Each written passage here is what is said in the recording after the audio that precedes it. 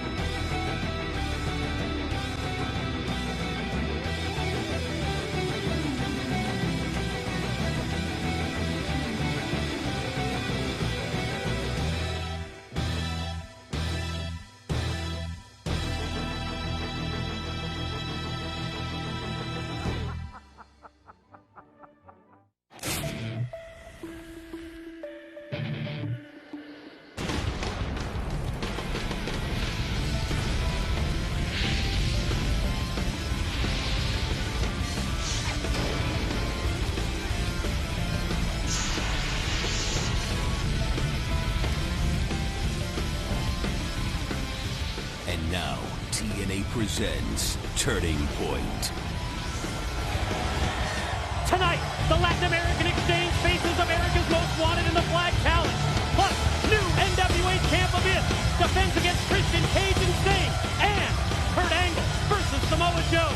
One rematch only. It's time for Turning Point.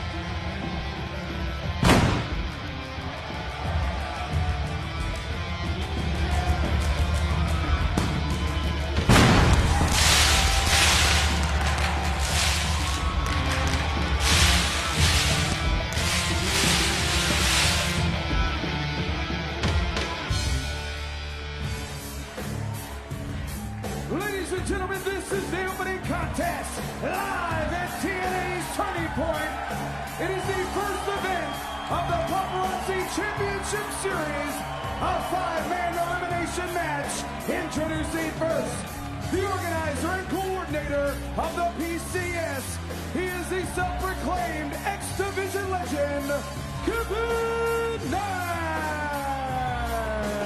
We open Turning Point with the first matchup, the first segment, the first step of the PCS, the Paparazzi Championship Series. And who better to join us at the broadcast position than the brains behind the PCS himself? It's not Dr. Fine, it's Dr. Nash. Kevin Nash joins us.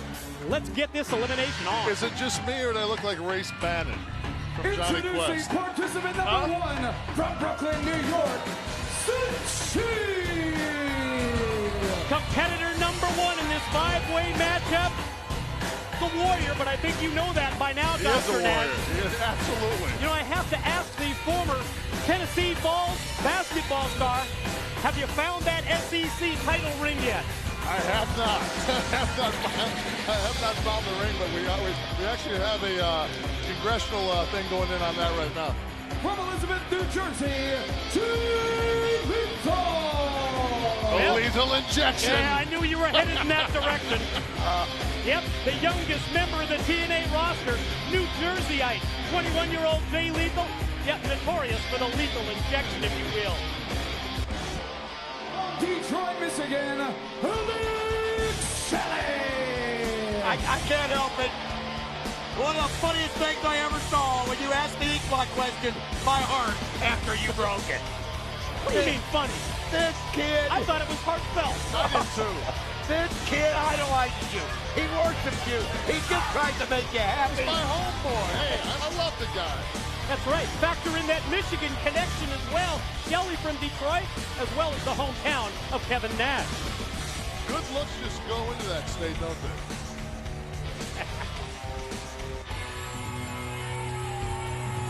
The fourth participant is from Bombay, India, Sanjay. The repeated accusations that you have made about the original player from the Himalaya, Sanjay Dutt, they just shocked the hell out of me. He's on the clear. I can't catch him. This guy's on the clear. If nothing else, Sanjay is on a ton of diuretics. He is from TV Land, the Austin Star. Wow, he looks great tonight. All right, go ahead. This is your chance. Put this kid over. He looks great. He's got to be the odds-on favorite tonight. Well, we start the brainchild of Kevin Nash here tonight, the Paparazzi Challenge Series. This is going to be an elimination match. Now this PCS, this has nothing to do with the BCS, the Bowl Championship Series, does it? No, this isn't screwed up. Michigan's not out on this one. No, this is the real deal. This has actually got some intellect involved in it. Of course, I'm involved. That's true. It is the brainchild of one Kevin Nash, X Division legend. You know, they say Jerry Lynn's the pioneer of the X Division. I brought that kid in. 61, Mexico City. Wow, that means you're old. I know. You and El Santo and Huracan Ramirez. I know. I've heard this story before. I'm not going to go into it then. Ladies and gentlemen, this elimination matchup, this five-way, is step one, phase one of Kevin Nash's PCS, the Paparazzi Championship Series, starting tonight. And then every week on Impact, over the course of the next several weeks, there will be a different competition to allow these X Division stars to prove who's best. There's going to be a point system, I understand. That's right, much like the old Superstars that was on ABC. Yes. I remember that. Kyle Rose Jr. Yeah. Bob Segram, I remember it well. Lou Ferrigno. What about Jay Lethal, however, in terms of the Superstars competition? Well, I hope he has a little bit better luck in the swimming episodes than Joe Frazier does. But wow, he almost drowned. Oh, what a memory. Oh. Well, let's get serious here because let me tell you something. With these birds, Kevin. Shake it off. Looking to Boy, you, you pleading really to you. showed concern there. Man. Shake it off. Rub a little dirt on it, I thought you were going to say. Tough love. There's going to be a scoring system for every phase of the PCS. It starts tonight with the elimination matchup, and pretty simple. 5 points go to the winner, and then 4, 3, 2, 1, depending on when and where you're eliminated. And this point system will be every week as we do different styles of competition. Can you give us any idea what we got coming up? If I was to tell you guys, for instance, they were going to hit a bucket of balls and see who could hit the furthest these guys would go out, and that's all they do. So I want this to be absolutely on just a fair basis. Who's the best that day? Not with any kind of, you know. Alex Shelley, nice shot there with the kind of the double foot stomp on the forehead right there of Jay Lethal. I have to ask you about this competition between Alex Shelley and the man who just tagged in, Austin Starr. Pretty obvious that you were in the corner of Alex Shelley for months. It was like he was your hand-picked, he was your hand-chosen guy. Saw you jump off the bandwagon at Bound for Glory in Detroit. You jumped on the Austin Starr Express in a hurry. I haven't jumped off of anything. But you got to get your comments about on Impact and what impact that was with that kick lethal to cover, barely a one count on Starr. Recently on Impact, Shelley and Starr were a tag team, yet Austin Starr used the paparazzi video camera to rat out his own tag team partner, Alex Shelley. I mean, you know, this is Paparazzi Productions. I mean, you know, we believe in a fair playing field. We don't go for this tomfoolery. There is no reason to cheat. Everything should be on the up and up. That's the only way that this athletic competition can actually gauge what kind of athletes we have. So you're behind Austin Starr teaching the lesson to Alex Shelley. Absolutely. Well, they're working together real good right here, right now. Yeah, somehow I don't remember you ratting out Scott Hall when you were a tag team. I did, they just never aired it. Okay. Must have been edited out. Yeah, that live show. That was just to the police. Easy. Alex Shelley in control here of Sanjay Dutt. 5-way X Division. Yes, it's an elimination matchup. So as soon as you're pinned, as soon as you submit, you head to the back. Even the first person that gets eliminated is going to snag a point here. Well done, Mike. See, you're catching on. Check out this double team. Oh, Dutt nice and shot Lethal. by Lethal. Oh, face plants him and it kicks him right in the face.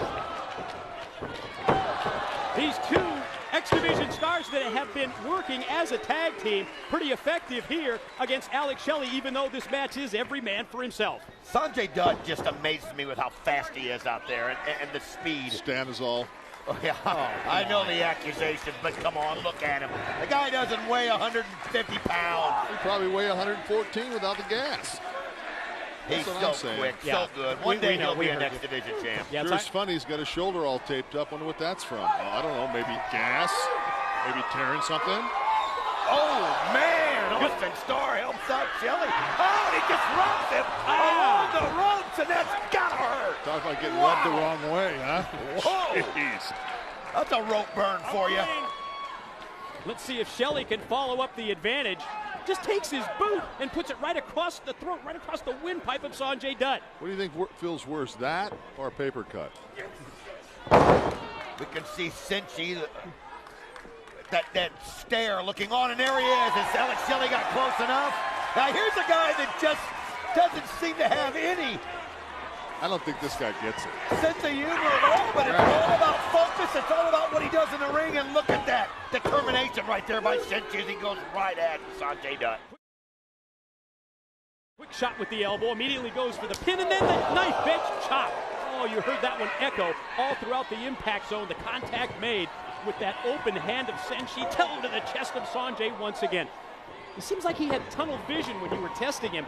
The psychological testing on Impact this week, everything came up warrior, didn't it? Wow. I think he needs to shake the ropes a little bit.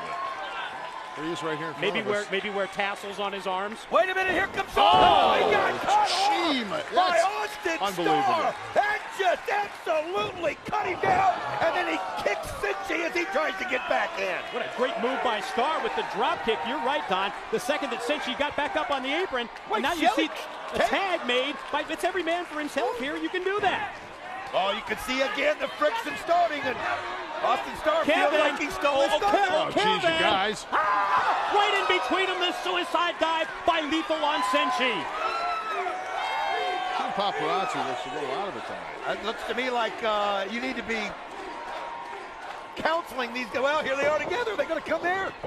Oh! Starr goes through, and Alex Shelley stays in the ring. Did you see that? Shelley put on the brakes. Suicide dive by Starr connects, and as he turns around, Sanjay Dutt's ready. Series of right hands, rocks him. Shots to the side of the head. Fires him off into the corner. Going to take him up to his shoulder, and in mid-move, the DDT by Dutt. Here's one, here's two. Got it! Got it! No, he didn't. Oh! Wow, Alex Shelley just in time getting the shoulder up right there. You guys see the similarity between Starr's style of work and mine? It's uncanny.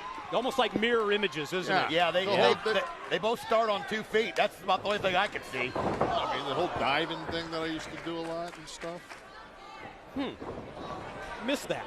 I must have missed those years. I don't even think I saw you dive for a basketball. UD. Actually, you probably saw me in the two-man synchronized swimming back in the '68 Olympics where I took a silver. Don DeVoe, line 2, swing and a miss with that clothesline attempt, and then Sanjay Dutt takes the knees out of Shelley, follows up with an enziguri, drilled him right in the back of the head. Oh, Sanjay Dutt showing that athleticism right there. But you see Alex Shelley fighting back with the elbow. Oh, man!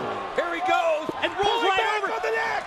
Camel clutch, submission applied by Sanjay Dutt. Is Shelley going to tap? You can see right here who's going to be eliminated. Senshi wanting to get in there. And now you see Austin Starr pulling him over to the middle. Again, Austin Starr does not come to the aid of Alex Shelley. So then Shelley couldn't get a rope break. Shelley still gets a point, though. Yeah, he gets 1 point out of best of 5. What's going on here? Wow. One's better than none. Yeah, it's this competition to try and prove to Kevin Nash that they're the best between Alex Shelley and Austin Starr that rears its ugly head again. Keep in mind, you're going for 5 points to start this competition off. You win 5, then 4, then 3, 2, and Alex Shelley, who just got 1. Good effort, though. Good effort on Shelley's part. You're giving him the thumbs up as he heads up the entrance ramp here. Well, somebody's got to be the first one. Austin Starr sold him out again. That's Starr's still in there, right? Austin Starr sold him out. You see how quick Nash? Good effort. That just goes to show you how important this is. Two guys that love each other like brothers are cutting each other's throats because they know this is it. It doesn't get bigger than this. Oh, nice combination by David. And he gets kicked. Impact of the drop kick leads to a 3 count, and Senshi eliminates Lethal, who gets 2 points in the ongoing PCS, the Paparazzi Championship Series. I want to be easy for me to say. I want to be let know that we're not paying for that MRI on Lethal, on that spleen rupture. Oh, really? So in other words, you're going to put your name on this with the PCS, but when it comes to providing any support, none at all. Check this out. Kick. Turned him inside out. Man, I'll tell you something. Senshi, we don't talk about it enough. He can beat you so many ways with his feet. I mean, they come out of nowhere. He kicks you with that Oriental style, and he just absolutely is phenomenal how his feet are such an extension of the body. The man from TV land, Austin Starr, with the pendulum elbow drop. Gonna roll him over? Can? Nope. Austin Starr, though, really showing some good stuff here right now. That pendulum elbow right there, it hits with such force. Oh, man. Good elevation. Big elevation. Goes airborne, drops the elbow, follow cover, and another near fall. Here, another 2 count on Sanjay Dutt. I guess it doesn't do much for your endurance, the steroids. One thing about Sanjay Dutt, he's been in that ring an awful long time, and it's starting to wear on him, it looks like, as Austin Starr right there taps into Senshi to give himself a break. It's really a good move. Stay out of it, and you can continue on and get points. Survive, right? That's right. what this matchup is about. Off the slam, another pin attempt here. Senshi on Dutt. Sanjay Dutt on the receiving end of several near falls here, but time after time he's been able to avoid the 3 count. You talked about those kicks. Look at him just drill him right in the chest, and the third time you can see how red the chest of Sanjay Dutt is after those repeated, stiff, lethal, and legal kicks. 1, 2, no. Sanjay Dutt's got heart, though. That ain't all. Jeez, he's insane. I'll tell you what, Senshi, though, it just has such a unique style, and he just hits you so hard, and you can feel it all the way here to the table. Senshi, though, smart, getting Austin Starr back in, and now Senshi gets to watch. Senshi would be something if he became a little more serious. Got to put his game face on, more is what you're saying, huh? Yeah, he just doesn't look focused at all. That's one thing you can never accuse him of. He's always focused. I sense a little bit of frustration here by judging from the body language and the facial reactions of Austin Starr. I mean, time after time, both Starr and Senshi have had Sanjay Dutt on the verge of elimination, but Sanjay has that no-quit attitude. Yeah, chemical enhancement. Oh, he moves out of the way. It's that speed right there, and here he goes. Up high, and he hits him with the drop kick. Sanjay Dutt, I don't know where he pulled that from, but he's got heart. Springboard drop kick, and then he caught Senshi, who was charging in, took care of him. Let's see if Sanjay can follow up here. Oh, man. You wonder where he pulled that out? Yeah, you wonder where he pulled that out of. Probably a syringe. Oh, come on. Look at him. He's doing the web. He shook the ropes just for you. Here's his Must have heard you. He's got it. I never saw Hellwig do that. 1, 2. Oh, Austin Starr able to get out of it. Now he's got the camel clutch right there. Come on, Austin. Well, it worked earlier with the camel clutch providing the submission win, the tap out that eliminated Alex Shelley. Going to try and take care of Austin Starr here. Well, Senshi, I'm not sure why he came in and made that save. There must be something behind that, but he did. He just, I think, was dying to get in there so bad he wanted to inflict some pain, and it may cost him. Oh, look at the string. Oh, what a shot by Sanjay. Turns it around in midair. Oh, man, he just missed that move. Starr able to roll out of the way. Measuring now. Caught him with a perfectly placed boot. A shot right to the knee. Going to try and take him up here. Sanjay trying to fight him off, but able to land now on his feet. Shove him off right into Senshi, who hits the floor. Roll up, Sanjay. 2 count on Austin Starr. Oh, look at this. He's pulling him over. He's got him again. 2, no. Couldn't hold it. Oh, kicks him dead on in the face. Left himself wide open. Oh! Who wants 3? Who wants 4? Brainbuster. Gonna go to the top. Could be the 450. No way. Look out! No! Oh! Beautiful. 1, 2. Oh, man. Just fly out of your brain. Oh, man. I got goosebumps. I'm like watching it's like watching myself out there. Gotta see that 450 again. off the top by Austin Starr in the process. Oh, there you put see some it. black leather pants on that guy. It's me. He stays alive in this matchup. 3 points for Sanjay Dutt. Now it boils down to Senshi and Austin Starr. Going to find out who wins this PCS Stage 1 elimination match. Who gets 5 points and who gets 4. Oh, he spins, misses a look at that. Oh, what unbelievable agility by Senshi. 10, 1, 2, No, got yes, it. No. good job. Oh, My gutsy, boy is doing well. gutsy, courageous, able to kick out there. Going to take him up for the crusher here. Starr fighting it for everything he's got. Wait a minute. Oh, man, he just put him on his head. Dropped him down with the crucifix. Right back here to the offense goes Starr. Senshi. Oh, man. You're not going to find action like He's this gonna do it anywhere again. else on the planet. Uh-oh. got Wait a that minute. right. He's going to channel Kevin Nash again, I guess, Wait, here and go Alex 450. Shelley. What in the world? The ongoing competition between these two to impress Kevin Nash sees Shelley come out, and the distraction here, he missed the 450, rolls through. Oh, he's got it. Quick roll up. 1, 2, Senshi gets the win. Ladies and gentlemen, the winner of the first event of the PCS is Senshi. Need your comments here on this It's competition. every week, these two guys. It's unbelievable. Oh, What was that? Alex Shelley coming back over here. What was that? Gonna try and get the picture with you. Not tonight. Looks like I'm number 1 again, huh? High five. Number 1. You got 1 point. I don't know about being number 1. That's unbelievable. What? What's your boy doing? You guys need to work this out. Crossing me my last, let's go. You got 4 points. You got 4 What points. are you doing? Washing your hands with this thing? You need to work it out. I'm not going to. You're like an arsonist. You just stand back and light the fire and watch it. Senshi stands tall, though, in the middle of the ring. To JB standing by with Eric Young. Go, Jeremy. Backstage here at Turning Point with Eric Young and coming up. You see that limo earlier? Those 2 guys? Is that who I think it was? Hey, remember back in the day when they did that thing and it was cool? You remember back then? Yeah, Remember Eric, that? Eric, you got bigger fish to fry right now. The bikini contest is up next, and I don't know if you heard Miss Brooks earlier in the program, but she said she'd come out here and do anything to win this. She did? Yeah, including getting naked. Oh, I knew it. Hey, I'll tell you what though, you got the people behind you, Eric. You need to go out there. You need to be a man, and you need to win this bikini contest. You got something she doesn't have. You? Yeah, the cojones. You have the cojones. Cojones. You're right, Jeremy Borash. It's time to man up. That's right. It's time to show the world what I am made of. I am man, hear me roar. God, no. It's gonna go good. It's up next. I'm hosting this thing. I gotta go out there, and you need to put something on. It is kind of cold in here. It is kind of cold. Robert Roode wants his rematch with you. You get in here, right now. Quick pin attempt. 2. He got it. He got I it. come out here every week, flatten off your body. These people don't love me.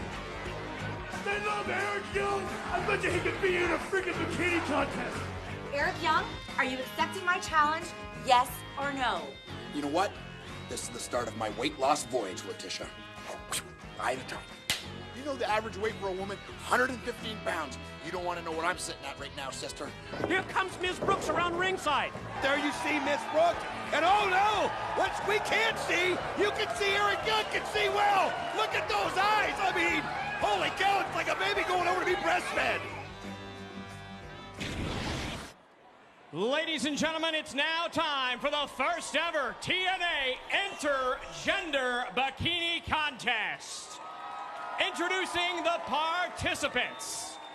First of all, being accompanied to the ring tonight by Robert Roode, this is Miss Brooks.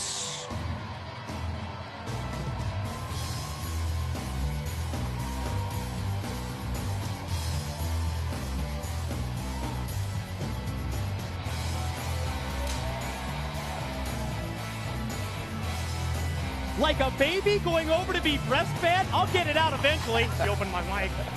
Well, he saw the ice. I mean, man. That's all you got is man? He was hungry. You were pretty talkative Thursday night on Impact. I'm sorry, I just kind of came out. Cat got your tongue? Well, you know, it is what it is. The CEO of Robert Roode Enterprises, and yes, that stands for Chief Executive Offender.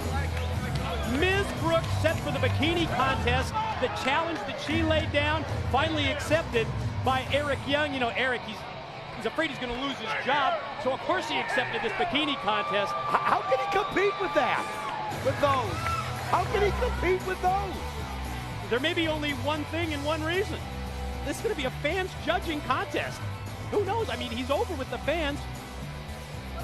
Introducing her opponent. He comes to us from an undisclosed location.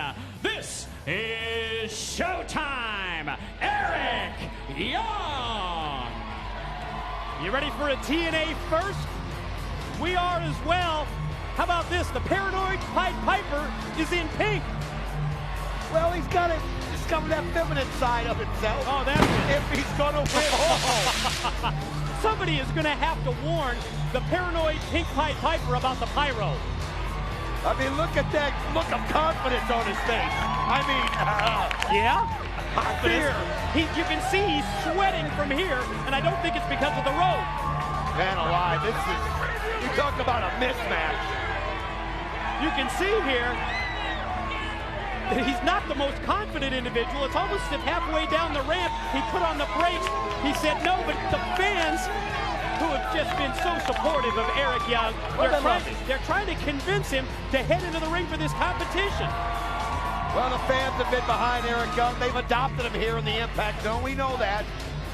As Eric Young, but unless he's had some incredible surgery, and it doesn't look like it from here, there's no way he has a chance to win this bikini contest. It doesn't look like it. He's wearing a robe. Well, listen, buddy. You got X-ray vision? No, I could see dimensions and lack thereof. I understand. Ladies and gentlemen, for this contest, both participants will be given center stage. The winner of this showcase of skin, this exhibition of exhibitionism, will be determined tonight solely by the response of the fans here in attendance tonight. So with that, let's get the bikini contest underway. Miss Brooks, you won the coin toss earlier backstage. You have elected to go first. Maestro, please hit the lights and let the bikini contest begin.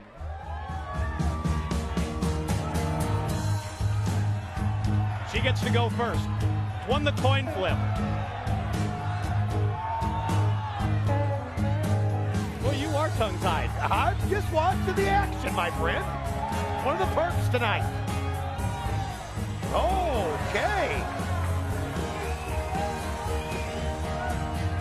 The amply endowed Ms. Brooks. Very well said. Very well said. Very classy. What would be your estimate? Oh, come on. Give us a shot here. Seriously, I'm thinking 40 Ds. Really? 40, okay, 40 Ds. Don Tape Measure West. Well, I mean, checking in at 40 D. Maybe bigger. What? I don't know. I don't know. Just what is your opinion? Just an estimate. Ladies and gentlemen, she's participant number 1, Miss Brooks. That's some tough competition. Don't say it's going to be tough to beat. Oh. I was going to say stiff competition. And now, ladies and gentlemen, please welcome to center stage participant number 2. He doesn't seem all that popular. Man, they love it, don't they? What could he possibly be wearing underneath that robe? You know what? I don't even know that I want to know. I might just look away and let you tell me. Yeah. You know what? It's like a train wreck, though. Oh. You see that goofy look on his face? I can't look away. I want to look away, but I can't. Jeremy Borat's telling him that he better disrobe. And here we go. Oh, what on earth? Hey, no way, cut the music. Stop it. Hey, Eric Young. Hey, you're an idiot. You know that's not proper bikini attire. Slick Johnson, do your job. This is a disqualification. You want to make a joke out of this, Eric? You're not only disqualified, but I'll see to it that you're fired. Well, a title changes hands on a disqualification, doesn't it? Wait. Robert Roode. Hey, I wasn't done. You interrupted me. DJ, give me a beat. Please, don't, not anymore. Go, Eric, go. What the hell? Go with it. Okay, here we go. Oh, no. If you have small children, please ask them to leave the room right now. Small children. Hey, look at the level of confidence. You can really see it in the face of Eric Young. Leave the room right now. Here we go. I implore you. Oh, what's this? SpongeBob SquarePants. If you'd say so. They're saying that's not a bikini. Ladies and gentlemen, your attention, please. Referee Slick Johnson has ruled that because that is not a bikini, the winner of the bikini contest. What's going on here? Ladies and gentlemen. Wait. Okay. I want one more try. Oh, no. One more try. Oh, no. One more try. Come on, One everybody. more try. Everybody. Too bad the crowd's not into it. Maestro, please. Oh, no, please. Again, small children, leave. Look at Slick Johnson. He's like an inspector. That makes me nervous. Hey! What on earth? More SpongeBob! Golly! And you can get these for Christmas. I think Don Harris turned the air conditioning on. The first pay-per-view that Don Harris has turned the thermostat down. Oh, Robert Roode can't believe what he's seeing. He knows Eric Young has played to this crowd. All right, let's now take it to you, the fans in attendance here tonight. Fans, if you choose Miss Brooks as the winner, make some noise. Ooh, that's pretty loud. More boos than cheers, though, isn't it? Or maybe they're saying something else. Wish we had one of those if meters. you want the winner to be Showtime, Eric Young, make some noise. Holy cow! Well, it's close. The winner of the bikini contest, Showtime. Oh! Hey! Robert Roode couldn't take it anymore. Yeah, because he got shown up again. He just can't stand that everything he's doing here is just backfiring. Yeah, temper tantrum time. Oh, come on, it was just a lighthearted contest. Oh, he talking about rubbing in his face. No thank you. Oh, God. Wow. It's a first for TNA. EY, Eric Young wins the bikini. Now what? Robert Roode wants a microphone. I guess he's going to bitch some more. Wait a minute.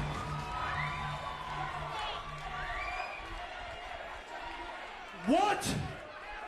The crowd voted. What? Landslide. When I told you that Eric Young could beat you in a bikini contest, I was kidding. I didn't know. I thought you were. You're sorry. Sorry doesn't put money in my pocket. Shut up. I am sick of you. I'm sick of Eric Young. And I'm sick of each and every one of these filthy morons in Orlando, Florida. And they love you too. Are you sorry? Shut up! You want to make it up to me? All right, you're gonna make it up to me, and this is what you gotta do. Now listen up. You need to do whatever it takes to get Eric Young to sign a contract with Robert Roode Incorporated. What? Well, I guess if Do you you can't beat him, understand what I'm join him. saying? Anything you need to do to get him to sign the contract, because these people love Eric Young. Hey, listen, and when Eric Young comes to Robert Roode Inc., they will love me. Good businessman. Trying to get the rub. So listen up and listen good, Ms. Brooks. Look at me when I'm talking to you. You suck, you suck, you suck.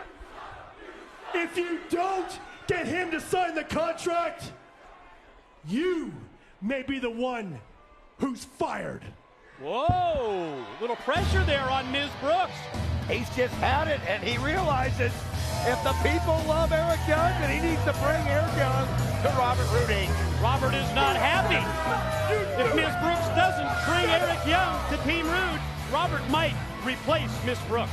To Letitia, standing by at the dumb to the extreme locker room.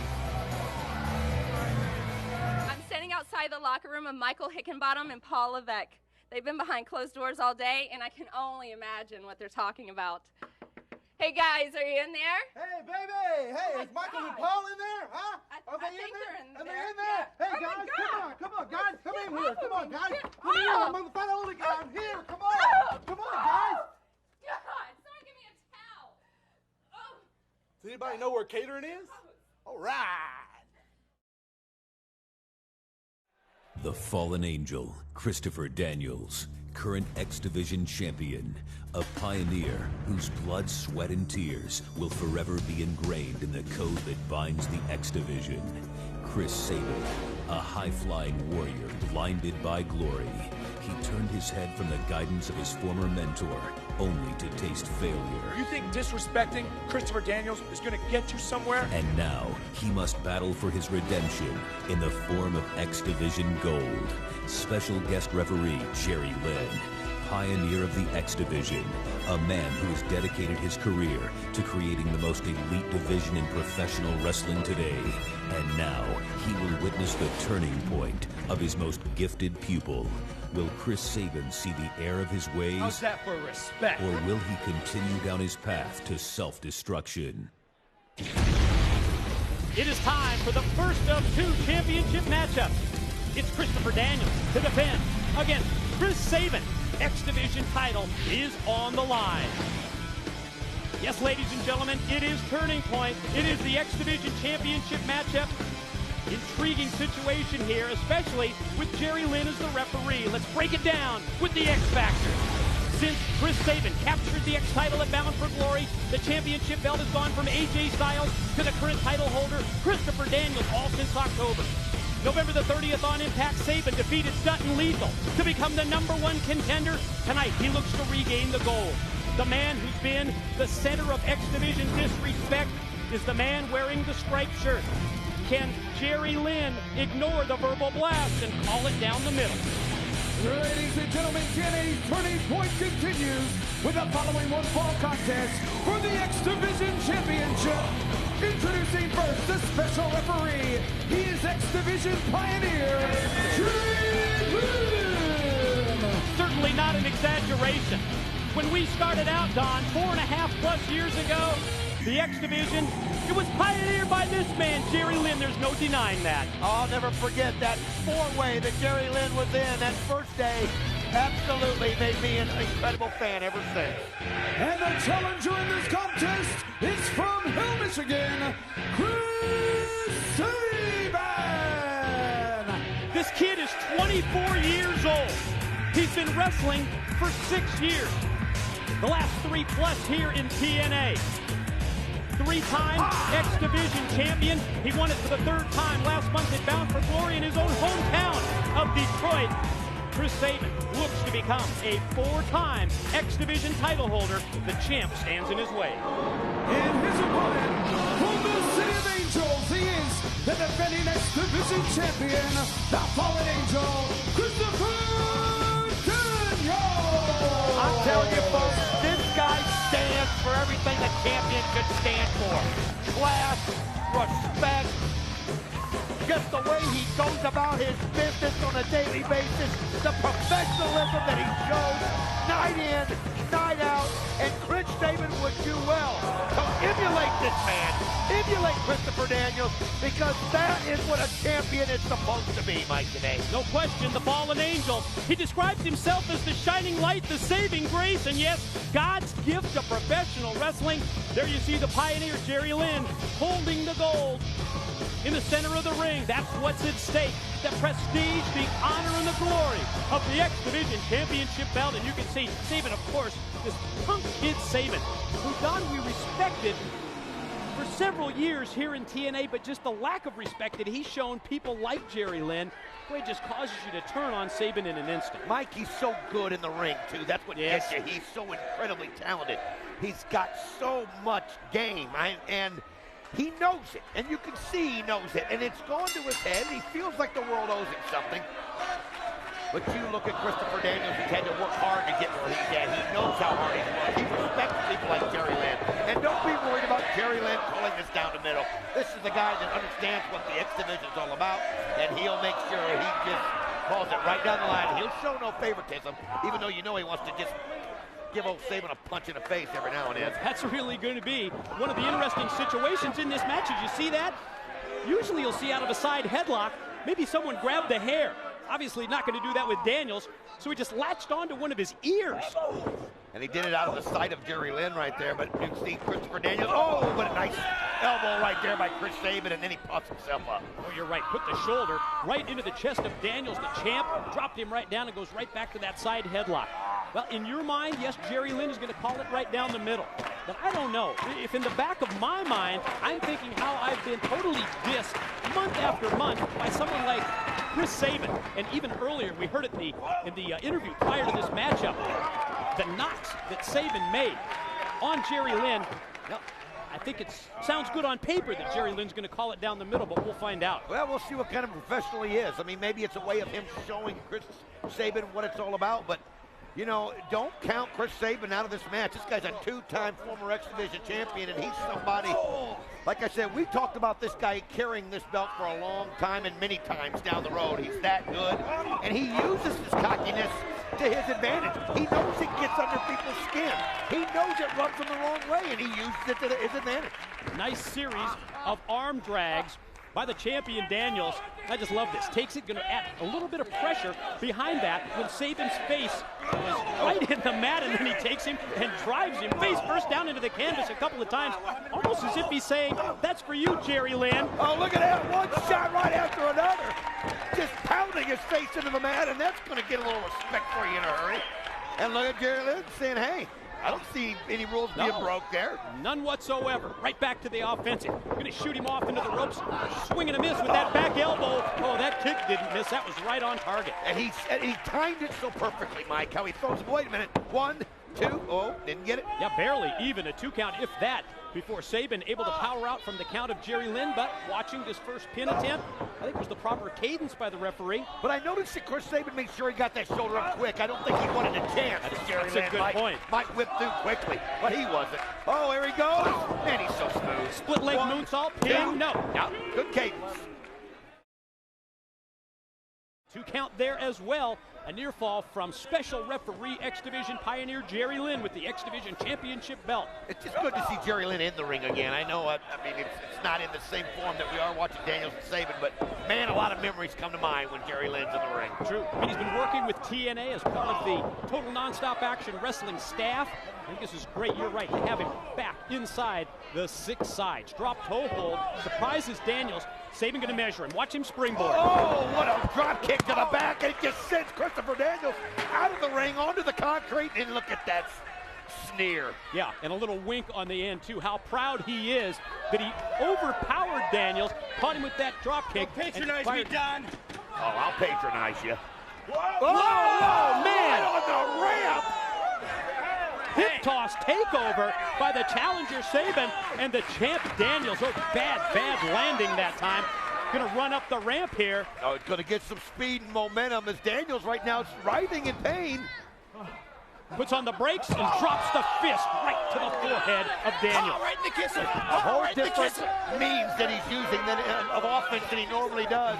But what he is doing is applying a lot of pain and making sure that these blows count because he's hitting him with every his weight behind him. I saw it in person when they came here by the broadcast table, and I think you can probably pick it up on your TV screen at home. You can see already the welts and marks. You can see one right there on the side of Chris Sabin, and Daniels as well on his back after taking that bad landing on the entrance ramp. Well, so much at stake here. The X Division title, and Christopher Daniels, a man who's held that title, I believe this is his third title reign.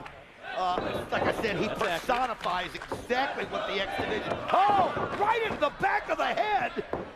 As Daniels right now still reeling, I think, from the hip toss that he got on the ramp, but he's not been able to shake it. And he's just going right to the neck and the back of the head, Mike. It was a good follow-up move by Sabin, connecting with that kick, rocking him further, scrambling the eggs of Christopher Daniels, but not able to gain the 3 count.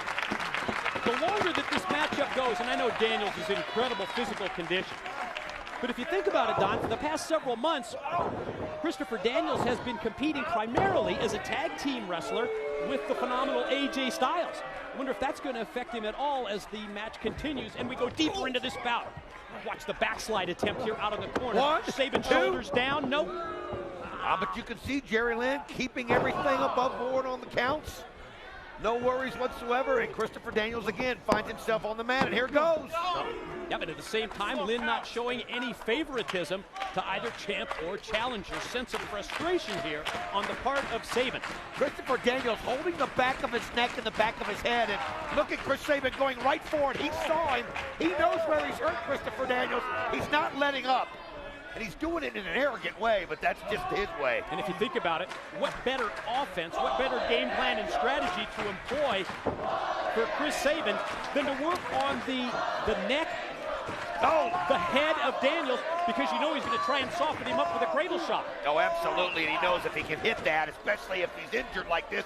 And again, he is just applying that pressure on the back of the neck, the back of the head, and Christopher Daniels is in pain and totally discombobulated right now. Scooping a mid-ring slam.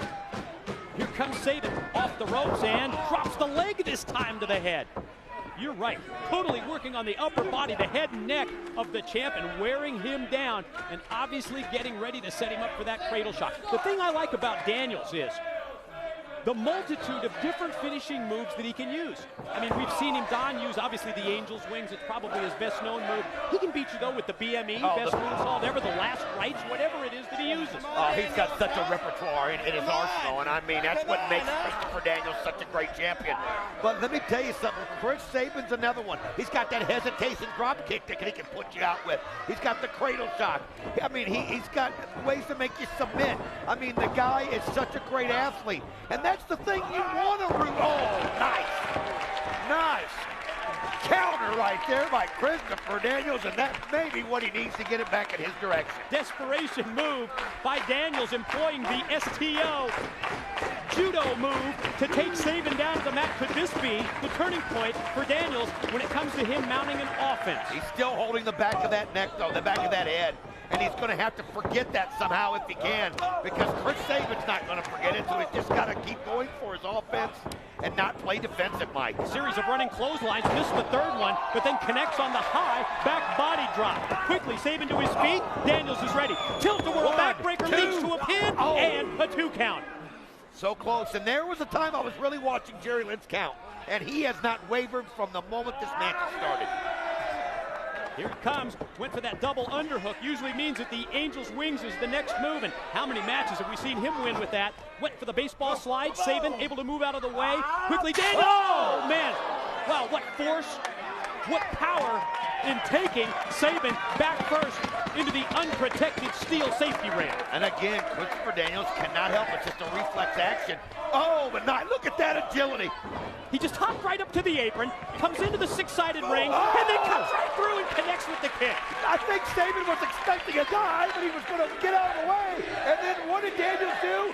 Grabbed onto the ropes, like he was going through a slide and kicked him. It was just a beautiful move. Daniels from the middle rope. Saban's prone body. Laying on the Oh! Right on the concrete elbow. Unbelievable. That hadn't hurt Daniels. I was just going to say that. Did Saban. The champ gave up his own body here to connect with that elbow drop. Look at this. Watch the hits. Oh, man. That's the kind of champion he is. He holds nothing back, but it hurt him just as bad as he caught his hip. You can see the landing. Absolutely no padding. The unprotected concrete as Daniels crashes down. Oh, I don't know how smart that move was. I don't think he realized how far Chris Sabin was out. Could be it. He was out past the mat, and once he was up in the air, there was nothing he could do to stop himself, and he went the course of least resistance, and he still hit that hip on the concrete. Ooh. Man, that hurts, and you can see him holding it there. Let's see if this pays off for Daniels, or maybe comes back to bite him. Sabin lands on his feet, and then a perfectly placed kick right into the gut. Off the ropes with the drop kick. Pin. 1, 2. Nope, had that near leg hook, but still not able to put Daniels away. Daniels is in trouble here, Mike. It's obvious. Christopher Daniels is in bad trouble. The neck is hurting him, the hip. Chris Sabin is going to be like a shark and smell blood in the water here. Well, the complexion of this matchup has turned a full 180. It was the champ Daniels in the driver's seat, in control, went high risk. Yes, he connected on the high risk move, but maybe took himself out of this match and could cost himself the title right here.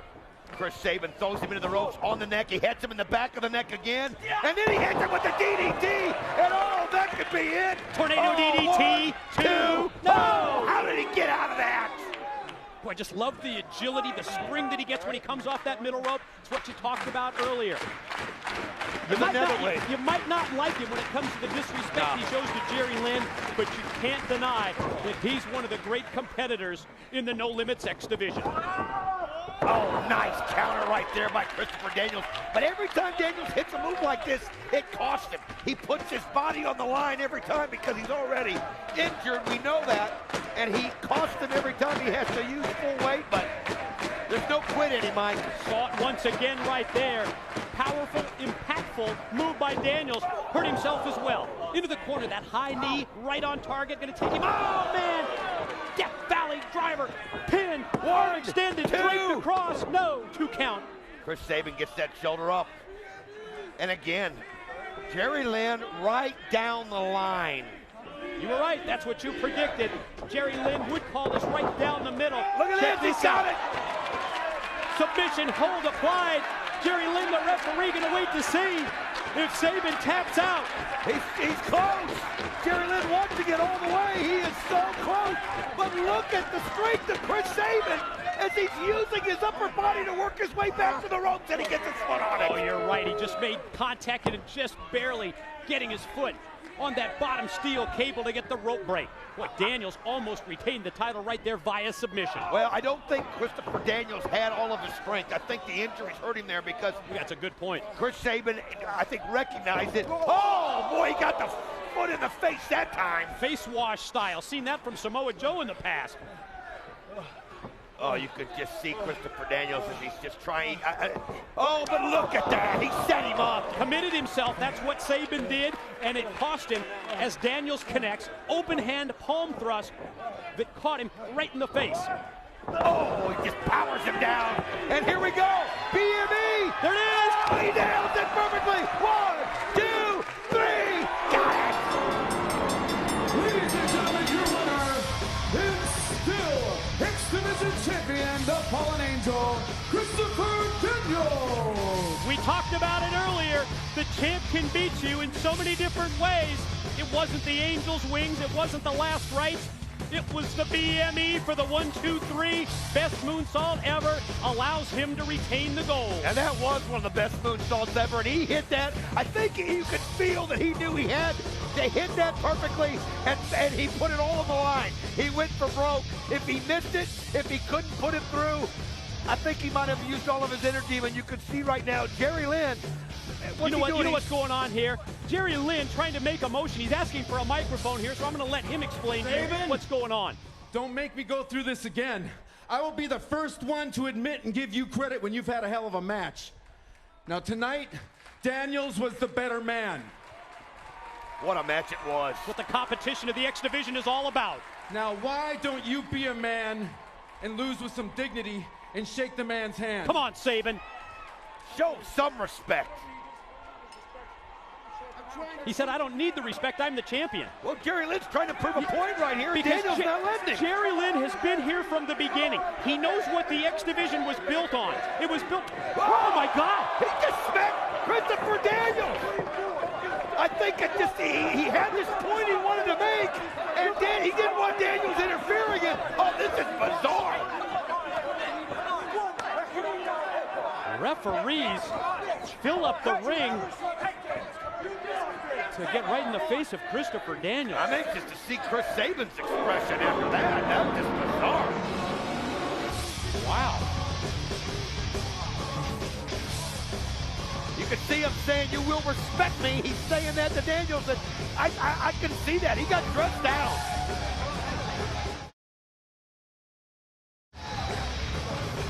Boy, I gotta tell you, I'm stunned.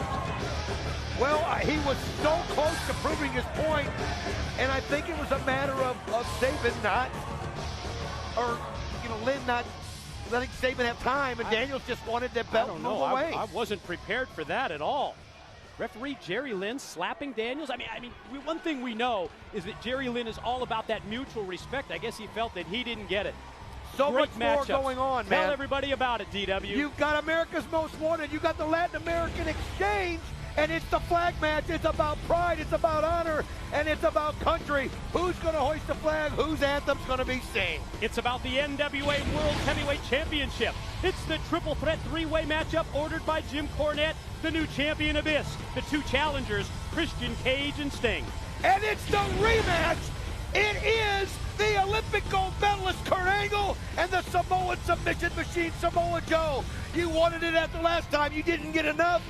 Kurt Angle gave him this rematch, but he said one rematch and one rematch only, Mike. The graphic told the whole story. It is the rematch, the underline. On that note, let's bring him out. He is TNA Management's Jim Cornette. Ladies and gentlemen, making his way to the ring, please welcome, representing TNA Management, Mr. Jim Cornette. Great to see James E as part of this TNA Turning Point pay-per-view. And this is going to be a special moment.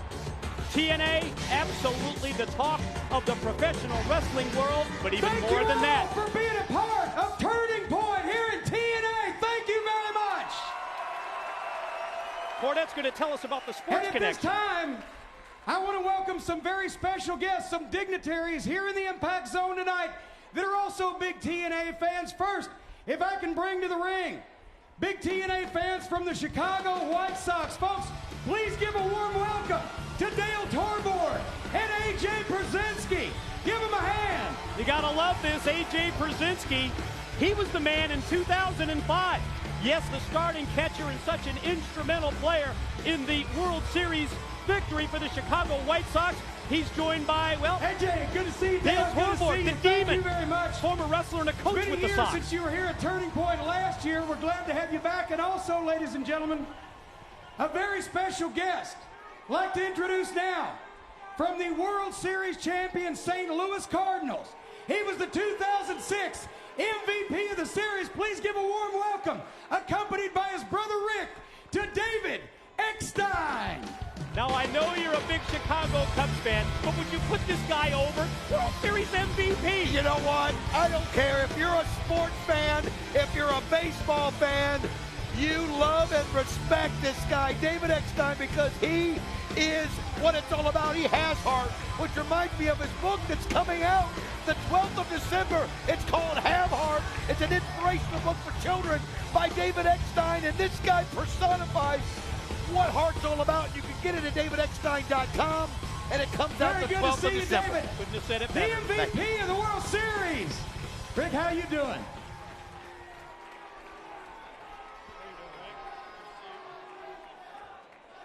And David, I know that, first of all, the TNA fans all across the country know you're a big TNA fan, but you got a very special reception from the St. Louis fans the night that You won that MVP trophy. Tell us a little about that. Yes, I was coming off after winning the MVP, came back to salute the fans, and all of a sudden the fans started chanting, TNA, TNA.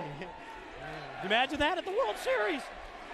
He's such a TNA well, I know fan. You have a very special project you've been working on. As a matter of fact, if we can get a shot of that with the camera, you've decided to give back to the TNA fans, to the baseball fans, especially the young fans. This is your new book, Have Heart, by David Eckstein. It's a very, very interesting story behind us. Tell us a little about it.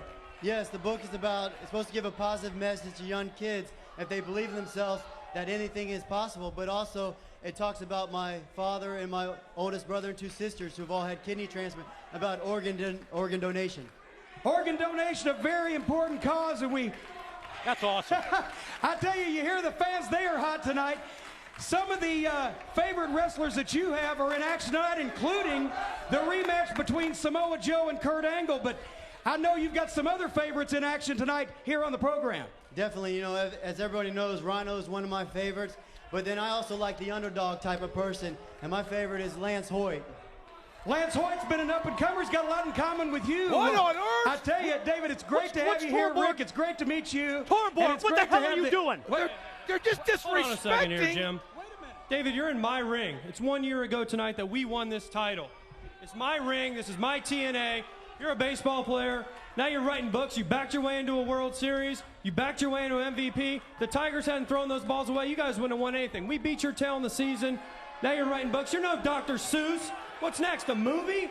Listen to Brzezinski. Rudy? Oh, I can go. see why he's the most hated man in baseball. This picture. That's what I Oh, think of you come on. The disrespect. You can see David Eckstein's brother, Rick, right there. Oh, God! Torborg just took a shot at Rick Eckstein. And look at this. He's got David Eckstein in a headlock right there, and he's going to hit him with this belt. This has just turned bad. And who's this? It is Big Lance Hoyt. And Big Lance Hoyt, he's got Torborg rocking. Series of shots. There goes the demon. Wow, boom. He nails Torborg straight up. Unbelievable. You heard Eckstein say it's one of his favorite wrestlers when he came to his rescue. What the hell did we just see here? Well, you see David Eckstein, his brother Rick, who's also a personal trainer out there, and this just turned ugly, and it was supposed to be a beautiful moment. Well, you weren't kidding. AJ Brzezinski, the most hated man in the major leagues. Right here. Oh, this is just unbelievable. Guy's got a book that it talks about personal perseverance in his life. Wow, what a shocker. It's been that way all night. Get ready for AJ Styles and the War Machine Rhino. What the hell?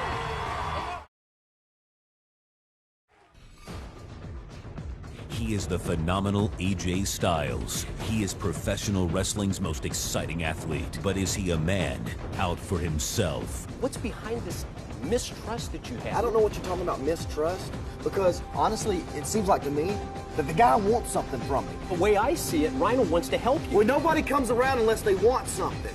He is a man who has been there before. Over the last couple weeks, I've been trying to help you out. I don't want to see you go through what I just went through. Don't make the same mistakes that I've made. Don't go through what I've went through. The difference between me and you is I trust people. How is it that you and I keep ending up at the same place at the same time? How does that keep happening? You know what? I don't know, AJ. Well, let me tell you this. The next time it does, there's going to be trouble. You want to threaten me? Well, why don't you come out here right now and we'll see who has the problem. Now, two of professional wrestling's all-stars will collide for the first time. It's the phenomenal AJ Styles versus the War Machine Rhino at Turning Point. Up next at Turning Point, one-on-one. AJ Styles and Rhino. To the back, JB standing by with the War Machine Rhino. It's up next here at Turning Point, the phenomenal AJ Styles versus you, the War Machine Rhino. You know what?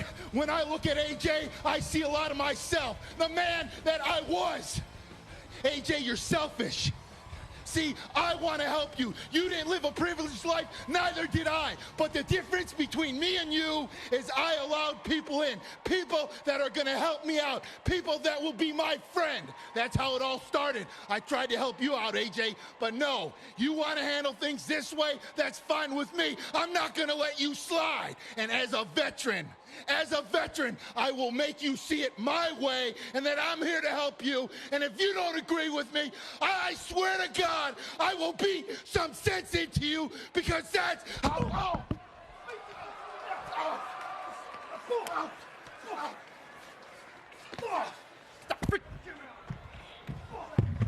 What has gotten into AJ Styles? AJ Styles just absolutely just wouldn't even let Rhino finish. He just attacks Rhino every chance he gets and doesn't give him a chance. Well, the cameraman was knocked down. We're going to try and get another camera in position to try and follow this action. The matchup is coming up next. It was scheduled next here at Turning Point. And you talk about a jump start. AJ Styles just attacked Rhino right in the middle of his interview. I mean, that's just not even what AJ Styles stands for, and it never has been, but he's been a whole different man. And it's just been unreal as we're trying to figure out what's going on right here. I understand, guys. I'm being told that we're trying to get a camera in position to try and find this. Okay, we're having technical problems with that camera. I'm being told that the brawl, that the fight continues in the back between AJ Styles and Rhino. Well, what happened was they knocked the camera in down and broke one camera. And now you can see they're still fighting outside. Listen to the crowd. Yeah, we've got an overflow crowd here. Oh, Rhino picked up that pipe, drilled him right in the gut with it. Can't blame him. Well, we knew this was going to be a fight, and I mean, it's just, folks, we're just going to try to find one. We had to get another cameraman in position as they knocked one of them out. Oh my gosh. He put him on that garbage can, and AJ Styles landed bad. Yeah, never seen that before. Rhino with a front suplex on AJ and hung him out over the garbage can. Well, Rhino went through this with Christian Cage, so he doesn't have the history with AJ Styles, but he knows what it's like to lose a friend. And he saw AJ Styles doing the things that he was doing, and he wanted to try to warn him. And AJ Styles just doesn't want to listen to anything right now. He feels he's earned his way to where he is, and it's just... he just doesn't want any direction. But Rhino now, it's become personal. Oh, man! He just took him and flung him right into the wall. This fight that started in the back during the Rhino interview with Jeremy Borash has spilled out, came through the backstage alley area, now out to the arena floor. And Rhino, did you see that punch? Just he's using that strength advantage, and AJ Styles just is not prepared for it. When Rhino gets focused, there's nobody stronger. He's like a train. You're right. And AJ Styles just doesn't have a chance right there to that onslaught. Boy, I agree. There's nobody stronger, there's nobody more determined and more focused than the War Machine Rhino. He feels he's got to beat the lesson in him, Mike. That's what he feels. You know, if he's not going to take it any other way, then he's just going to beat it into him. And AJ Styles trying to fight back. And look at AJ. He's talking about someone who has no quit. Oh, what a right by AJ. Well, we know that about AJ Styles in terms of being a great in-ring competitor. But this situation between these two is about a lot more than just the in-ring aspect of this. We've seen Rhino over the course of the past several months get in a situation with a man who was his best friend for over 10 years. I'm talking about Christian Cage. And when the War Machine Rhino went to try and talk some sense into AJ Styles, that was one of the first things that he brought up. He said, I've been there before. I don't want to see this happening to you. But AJ Styles, almost like he doesn't have any friends and doesn't want any friends. You know, I don't understand the direction AJ Styles has been taking. But I mean, he made him an enemy, and right now it's beyond what Rhino tried to help him. There's no helping involved now. Yeah, but they made it personal, and Rhino, like you said, you brought up that history with Christian. He's having flashbacks, and he doesn't want any part of AJ now, and you can tell it with the force he puts behind those blows. Yeah, this isn't about intervention, unless you're talking about physical intervention on the part of the War Machine Rhino. I think he's going to try and beat some sense into Styles. Well, he's doing it right now, and AJ had a nice comeback earlier. And AJ, you talk about somebody who's not afraid to stop. Oh, AJ rakes the eyes. Something you would have never seen AJ Styles do in the past. Never. Now Styles. Oh, bust the wall. that's unbelievable. I mean, he's 6'2", he's 270 pounds. You fling him with that kind of power, strength, and authority, yeah, you're going to go right through the wooden wall, and that's what we just witnessed. Oh, AJ Styles, he's trying to get himself worked back up. He knows that was a powerful blow he struck, and he goes right back at him, and Rhino screams in agony. Boy, that was a second holy bleep moment. First again. I'll tell you what, AJ is on a mission. Whatever that mission is, we don't know. But it's on a mission, and right now Rhino's in his way, and he's just not holding back. I can't believe how he's turned this around, Mike. Boy, if there's any chance that we can get him directed toward the ring, I don't know if that's going to happen. Wow! He threw him up in midair! Did you see that elevation? He sent him down from the fans, and you can see the blood trickling from the nose of AJ Styles. He sent him airborne with a back body drop. He must have gone, what did you say, 10 feet? Oh, he flinged him up 10 feet, and this is just power right now. Pure, can we see that again? Oh, man, if there's any chance. Let's look at this if we can. Watch how the extension. Holy cow! Oh, he lands on that arm and on the hip. Did you hear that? They finally rang the bell. The match is now underway after watching a pure brawl for the better part of 5 minutes. This match has been underway for a long time. It's been underway for weeks. And this is just the culmination right now. And AJ somehow finds the strength to reverse right there. I think Rhino got a little overconfident. You can never think AJ's down and out, Mike. You never, especially everything that we've seen AJ Styles accomplish in TNA Wrestling for the better part of 5 years. And think of what he has done to the back of Rhino. He put him through the wall twice, and he just sent him with unbelievable force right into the corner turnbuckles, and you don't see Rhino wilt too often, but that's exactly what happened right there. AJ follows up, series of shots, big right hands. There goes Rhino again, back first into the corner. That time he flung him so hard that Styles even went down. Oh, he's still hurting. That hip's still hurting. That arm's still hurting from when he hit on that ramp. Where he goes for a pin. Oh, he doesn't get it. Is Rhino able to get out? But Rhino, you mentioned he got slammed into that wall twice. And you know, they're just going on adrenaline right now. They're going on emotion. These guys are going to be feeling this tomorrow. I can promise you that. Fans here at Turning Point, getting behind the War Machine Rhino. Let's see if he can mount a comeback. He's back up to that vertical base. There's that big kick.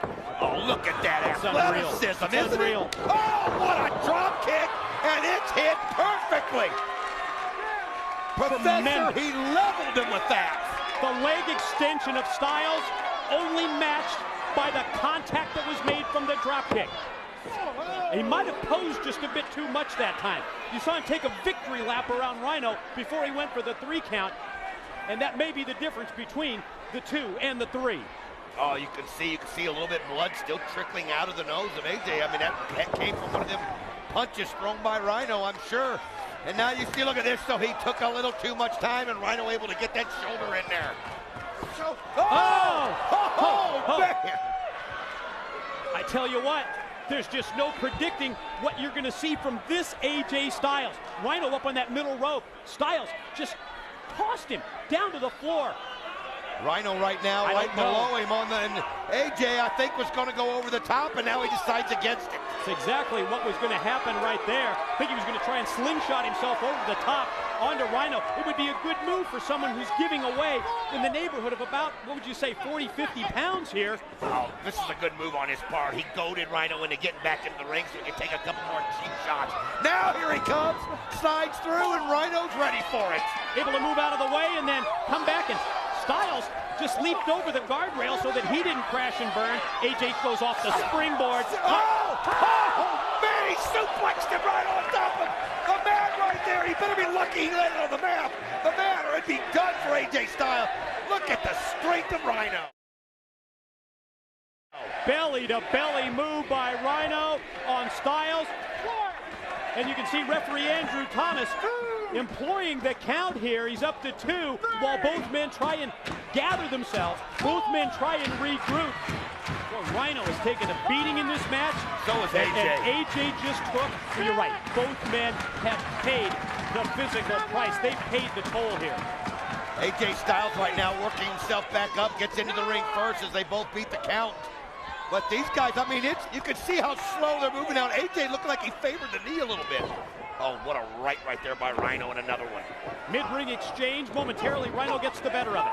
This time it's Styles shot off into the corner, able to get the boot up as he came in. Clothesline missed. Oh, spine buster did. Man, he hits it with such force. Here it is. Two. Nope. How do you get your shoulder up after taking a shot like that? It amazes me, these guys, what they can do and what their bodies can be put through. Styles has always amazed us with his resilient in-ring attitude, but even amazes us more by his out-of-the-ring attitude as of late. Look, we know, AJ, you grew up poor in Gainesville, Georgia. Rhino even tried to talk to him about that. Talk to him on the same level. Styles would have none of it. It's a different side of Styles than we've seen in almost 5 years. Well, Rhino grew up there in 8 Mile, one of the worst parts of Michigan. Nice kick to the back of the head by AJ Styles. So he wasn't going to get any sympathy from Rhino. Just hard work is how you get out of that, and they both did it. Saw just moments ago, AJ was going to go for the Styles clash, but might go back to it again. Oh, he throws it out! He hits the rail, and he caught his knee. Did you see the landing? Yeah, he caught his knee bad. You're not kidding, he did. Oh my gosh, folks, I'm sorry you had to see that. That was an unprotected move by Rhino. What else are you going to do at that point? He charges at you. You take him overhead. Yes, you toss him out to the floor. He's calling the referee, Mike. He's calling the referee down here. This could be very bad. He caught that knee. You're right. He's talking to the ref. He's telling the referee something, I think. You saw him make a sign, the referee. You're going to need some help here from the back. Don, I hate to see that. We saw it on the monitor, but from the angle that we're sitting at here at the table, you and I saw it live. We can take a look at a replay of this, but I can tell you, Don and I saw this. We watched it live. We're going to get the trainers out here. No, he's almost in tears. Yeah. Look at this. And, that's the landing we're talking about. He caught that left leg, and I think he caught the leg right there on the corner of the mat, and he jammed his knee. It's his left knee, no question about it. Got the trainers who've come from the back to check on Styles. And you can almost understand this. Everything. He popped it, he said. I mean, you can understand here, referee Andrew Thomas telling Rhino to hold off for a second under the circumstances, what has happened. Referees have come from the back, trainers as well. I don't know that he's going to be able to continue. No, and these things happen, folks. We see it all the time, every day in a wrestling ring, and you just, you know, these guys are great athletes, and they're trained, and they work hard, but a bad landing, and you can just see the look on AJ's face. I mean, I know that we've been bad-mouthing Styles. Let me just see if I can finish. He said, let me see if I can finish, and you see Rhino in there wanting him to continue on. Even Rhino's showing the concern. You just don't want to see something like this happen to any of the TNA athletes. AJ, no, he just buckled down. He just went right down. All right, he just buckled down right there, folks. We'll you see Andrew Thomas talking to him right here. We'll just keep everything updated as we go. See a conference here among the officials. I'm not sure what they can do at this point. I think AJ Styles are going to escort him out of here, to be honest. You see referee Rudy Senior Charles. official Rudy Charles. Talking right here to Dave Prince, right here in front of us. Oh, wait a minute, look at this! AJ Styles runs in! They were going to call it! He just got a pin! AJ! Unbelievable! I think they were going to give the victory to Rhino, and he was faking the whole time! I can't believe he just did that! Look at this on the rim! He's dancing! He had everybody full back. I mean, I was so concerned. You were so concerned. And now you can see Rhino is kicked off, and he goes right after him. Get him, Rhino. Hook, line, and sinker. Everybody bought it. I bought it big time. We were just getting ready to call off the match, and we all got sucked in. Let's see right here what happened. Yes, we're going to show what happened. As you can see there, they're saying it's over. And then AJ Styles, when Rhino's back's turned, comes in and gets a quick roll-up. Rhino had no defense for it. We all bit. Oh, man. Every one of us, including Rhino. And I hope that Rhino's going to get a little payback back there as well. Bottom line, AJ Styles, I guess at turning point, what can you say? He just outsmarted the War Machine, Don. Wait a minute, I'm getting word now. We're going to send it to the back. Let's see what Letitia is up to. Excuse me, aren't you? Yeah, you know who I am. Who'd you expect, Dick Cheney? This TNA bunch wants to come to my building. I'll show them. Where's the big fat oily guy? Where's my son-in-law? You mean the guy with the sledgehammer and the really big nose? Yeah, you know who I'm talking about. What is that? This is a cock. Don't you know that I like cock? Didn't you see that sketch on TV? No, I didn't see it. You didn't, huh? Well, guess what? You're fired. Only in TNA.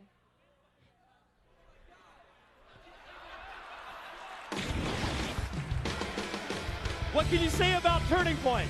Controversial and unpredictable. I kind of needed that right moment after being fooled by AJ Styles. Yeah. And again, folks, I mean, what an actor. I mean, the look on his face, we saw the action, the pop right there, Mike. It was tough. I want to remind you that yet to come tonight at Turning Point, it's going to be the Flag Challenge matchup. It's LAX and AMW. It's about time that these two teams settle the score once and for all. And I think it's only appropriate that it's a Flag Challenge match. Oh, I mean, it's going to be a unique type of, wait a minute, the crowd. Oh my gosh, they're right here fighting again. And as it starts, AJ Styles and Rhino. And look at this war. It just continues on. Oh, and I don't blame Rhino one bit. No and you know what? way. Pull these security guys back. Let them fight, for God's sake. We got more to get to. And I mean, look at this. AJ Styles just goaded him, and now look at it. It continues on. Look at the fire that he's showing. I mean, Rhino bit too. Rhino bit too, and you know he's mad. Well, I think it's safe to say that this baby isn't over. I don't think we've seen the last of these two. Whether security gets in here and separates the two of them or not. Oh, you know this isn't over. Oh, Rhino's going to want some major revenge.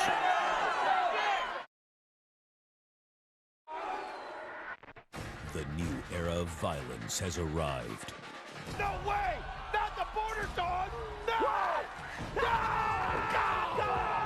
TNA, you're trying to screw us out of those titles. Remember one thing, we're American citizens. You're infringing on our constitutional rights. You talk about going over the line. They just went way over the line. I'm gonna take something that's so sacred to every one of you, and I'm gonna burn this flag to the ground. We are not about to let you guys get away with this. The battle lines have been drawn. You have something that we want, which is a Mexican flag. We got something you want, the American flag. Whoever wins the match gets their flag back, gets to hoist their flag, and the other team has to listen to the national anthem. We don't know how they let people like you in our country, the good old U.S. of A. So at Turning Point, get ready to listen to the Mexican national anthem, because our flag stands for honor and dignity, something this country knows nothing about. Órale arriba la raza! America's Most Wanted challenges the Latin American Exchange in a flag match at Turning Point. The Flag Challenge is up next at Turning Point. Get ready for AMW against LAX to JB with the Latin American Exchange. As we just saw in that video package, a lot of bad blood between these two teams. They are about to settle it once and for all. Up next here at Turning Point, Conan, the flag match. It's about honor. The winning team's national anthem will be played in victory. AMW and Lucy Liu, you three hoes made a big mistake. You dare touch the Mexican flag. Tonight, America's Most Wanted becomes America's Least Needed. Yo quiero que todos los latinos entiendan una cosa. Los que controlan aquí, los que mandan aquí, somos los latinos. You know, they talk about following the American dream. What a joke that is, because you've got to be asleep to believe that one. But tonight, something's going to happen that's inevitable. See, soon everybody's going to be speaking Spanish. You don't believe me? What happens when you call anywhere nowadays? The first thing you hear is press 1 for English. The second, oprime 2 para español. And tonight, you're gonna hear the Mexican national anthem. You're gonna stand up, the impact zone, the whole United States, and you're gonna pay attention and salute to a flag that stands for honor, dignity, and respect. Órale, arriba la raza! But todos latinos stand up, AXS TV. Clack, clack, boom, clack, clack. Up next at Turning Point, it's the Flag Challenge. Let's break it down with the rules for this matchup. AMW to face LAX, Conan's Latin American Exchange, yes, against America's Most Wanted. Each team starts with their opponent's flag in their own corner. And then what you've got to do is you've got to capture your country's flag Yeah, and bring it back to your side, but that's where it gets interesting. Key. Once you capture your country's flag, you've got to hang that flag using a ladder. And once you hang it up using the ladder, the winning team's national anthem will be played, and everyone will have to stand and listen to it. Ladies and gentlemen, this is the next contest at Turning Point. It is a non-title flag match. Introducing team number 1, accompanied to the ring by Gail Kim, Wildcat Chris Harris, Cowboy James Storm. They are America's Most Wanted. Quite simply, the best tag team in TNA history. It's the Tennessee Cowboy with the signature beer bottle in hand. It's the Wildcat Chris Harris.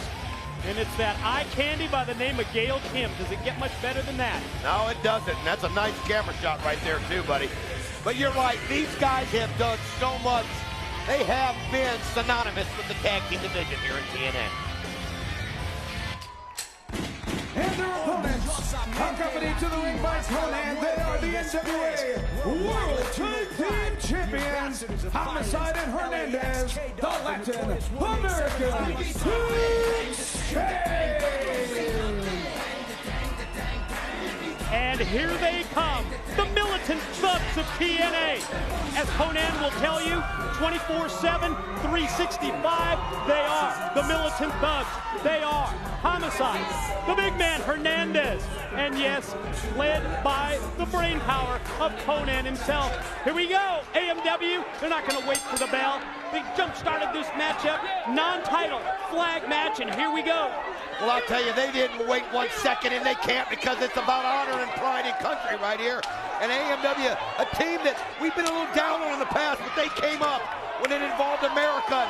They come right after LAX, but LAX, again, you got to keep your eye on them because they are thugs, they are militants, and man, do they know how to turn things around in their favor, and you see the strength of Hernandez right there as he just slams Storm into the rail. Ladies and gentlemen, keep in mind, this matchup, it's not about pinfalls. It's not about submissions. The flags are already hung in place, high above the ring. There you see the United States flag. It's Homicide is sent out to the apron by the southpaw, the Wildcat Chris Harris. Oh, man, here comes Hernandez to dump Harris out to the floor. Oh, he just has so much strength right there, and you're going to have to keep your eye, of course, on Conan. Look at this. Look at the teamwork. Oh, wow. Did you see that? Hernandez just spun Homicide over the top, right on the top of the Wildcat Chris Harris.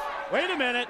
Hernandez telling Homicide to lift him up, to bring him up to his feet. No way. Here comes the freight train. Oh, nice super kick right there by Storm as he cuts him off. Gail Kim hit up to the corner. Oh, moonsault. Wow. Gail Kim just hit the moonsault off of the top. Holy cow, she hurt herself in the process, but she knew she had to do something. She just put her body on the line for her team, for AMW. My God. Man. And now, right up above us here, we see James Storm, who connected with that super kick, going to try and take down the U.S. flag, and Conan, we've seen it time after time, the interference from Conan stopped Storm from pulling down Old Glory. And I'll tell you the determination that Conan used. It's no secret that the guy's injured, but when it comes to something like this, he'll put his body on the line, and he got up there and he stopped Storm. But now look at Homicide Hernandez working together. They have an incredible chemistry. You know, I don't like their ways, but I like the way they work together. I'm going to tell you that. I tell you what, you mentioned putting your body on the line. We just saw that from Gail Kim. I still can't get over that moonsault from the corner turnbuckle all the way to the floor. She had to do something, and she had to do it fast. Did you see how quickly the camera couldn't even get in place? I mean, she climbed up that like a cat, and then moonsaulted high into the sky and right on top of Homicide. Advantage quickly turns to the Latin American Exchange. Hernandez can employ a steel chair from outside. Meanwhile, Homicide has James Storm hung in the tree of woe. This isn't going to be good for the Tennessee Cowboy. Steel chair positioned by Homicide directly in front of the face of Storm. This time Harris, spine buster to cut him off. Earlier, it was Storm who was watching Harris's back with the super kick. Well, you can't really fault Homicide for bringing the chair in. Wow! Wildcat slingshot it over the top rope. Takes out Hernandez, and that gives Storm a chance to get Homicide. Man, the action. Look at that power slam. Oh, perfectly done by Storm. all of his body weight behind that mid-ring power slam on Homicide. One thing we're witnessing, Don, in the first couple of minutes of this flag challenge match, both of these teams, including Konnan and Gail Kim, everybody's putting their body on the line because they realize the importance of this match. And think about it, there's no pins, there's no submission, so basically there are no rules when you think about it except the ones we gave you. You got to capture your flag, the flag from the opponent's corner, you got to get the ladder, you got to hang it up, there's like a trapeze up on top where it hangs, and then of course the anthem, and look at that as he throws him into the ladder. Harris with the back body drop on Hernandez, who caught the ladder on the way down. Hernandez. Wow, look at the strength of Hernandez! Grabs him by the neck and flings him. This is the strongest man I've ever seen. We've said it from the moment he stepped into TNA. The strongest man in TNA. Sunset flip attempt here by Storm. Hernandez just overpowered him. Never saw that kick coming. No, James Storm, though, had to do it. Use his brain right there, and it was a smart move because he saw what Hernandez did to his partner, and you just can't afford to let him get a hold of you like that, but look at the teamwork. Yep. Homicide going up high, and Storm in no man's land. Oh, he sets him down. Oh, what an elbow drop, Mike. Don, we've said it from the second that they arrived in TNA.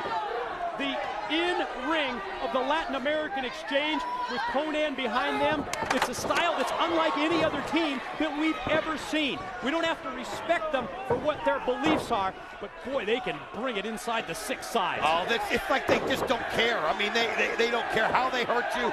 Konnan has them. Look at the Homicide. One right after another hits him with a series of 3 of them.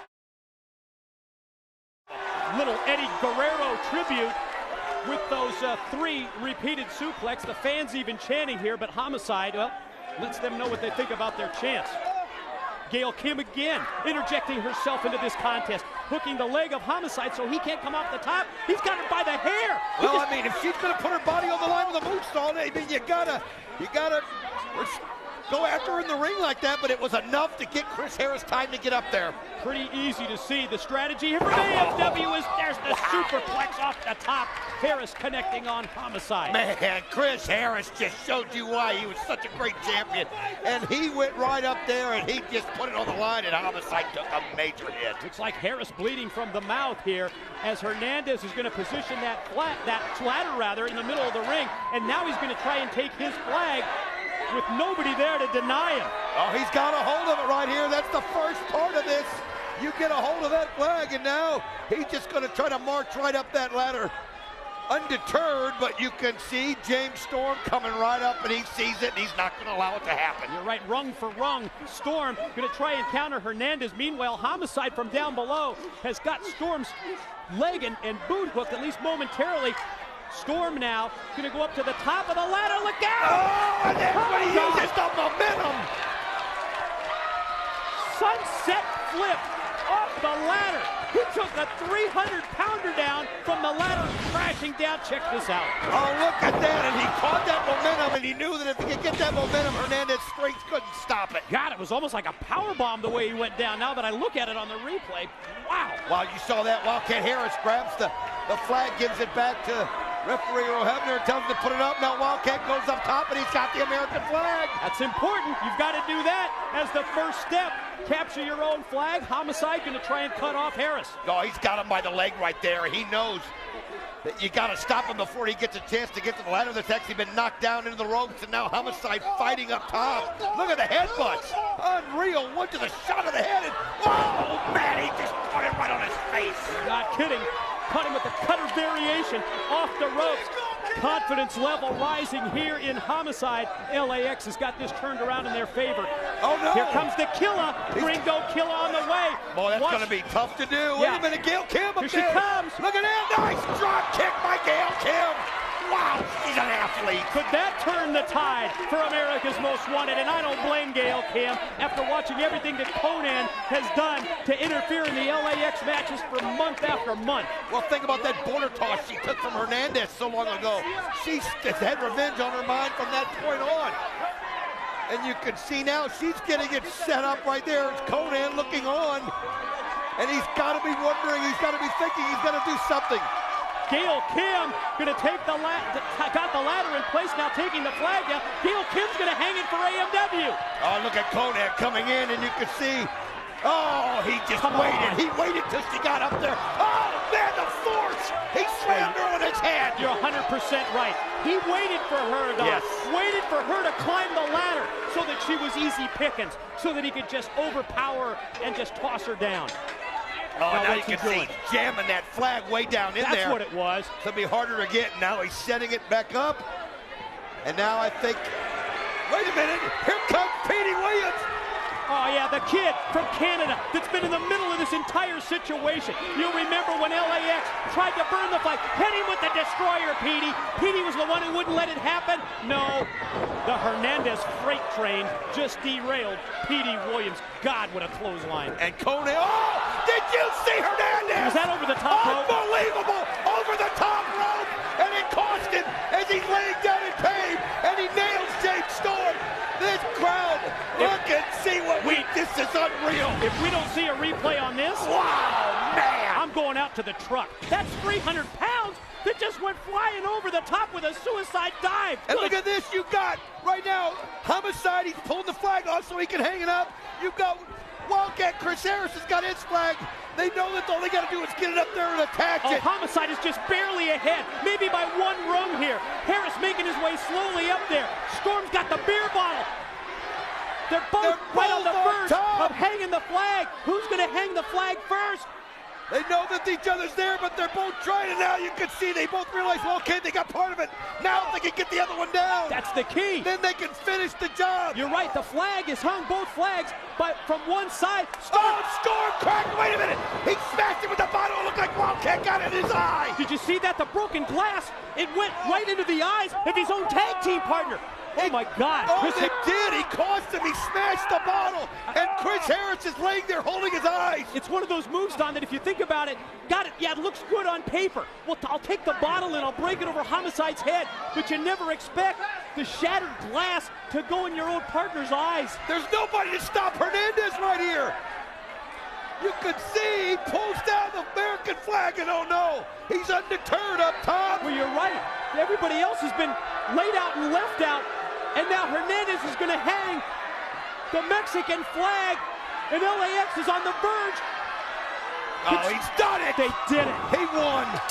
Ladies and gentlemen, the winner of the flag match, the Latin American Exchange. I'm still concerned about Harris. Oh, yes, LAX. Look at that. They got it there. She's looking in the eye. He's right here in front of us on the floor. Gail Kim, Petey Williams coming over, referee Earl Hebner, all checking on this, on the condition of Chris Harris. You can see how it happens. I mean, he hit him with that bottle. And it just went flying. The glass went flying. I mean, you got to protect your eyesight. I mean, you're blinded. What else can you do? You see, look at that Storm going over. I think he realizes. Oh, he's mad. I think he feels like. What? Petey Williams trying to talk some sense into Storm over there. Listen to Gail Kim screaming at Storm. Well, I don't know if James Storm knows what happened. I think he knows he hit him in the back of the head. I don't think Storm realizes he got glass in his eye. What else does he have to see here? Gail Kim, let's listen to this. Well, he's just angry. He's embarrassed. He got glass in his eye. That was your fault, she said. Wow, James Storm now, he just, I can sense the level of frustration from James Storm. You've just been beaten by LAX. You've just been, quite honestly, put in a situation here now where we're going to hear the Mexican national anthem. But, I mean, you've got to think of the... Look at this. Storm, I think Storm's accusing him of not. James! You three just made history. This is the first time in the history of professional wrestling that a team representing the American side lost a flag match. That may be accurate. So now, have the decency to come up here and stand at attention. Yeah, that's right, you got no class. Hey, Don and Mike, you two always hiding behind the mic, you two corporate kiss asses, stand up, show some class, because we're going to play the Mexican national anthem. Orlando, you guys got no class, but nevertheless, you should stand up and respect this flag. Hit the Mexican national anthem. I'm going to say it right now. I don't respect him. I don't respect the Latin American exchange, but I'll do it out of respect for the country of Mexico. They won the match. They earned it. We'll stand for it. Welcome in. What a treat.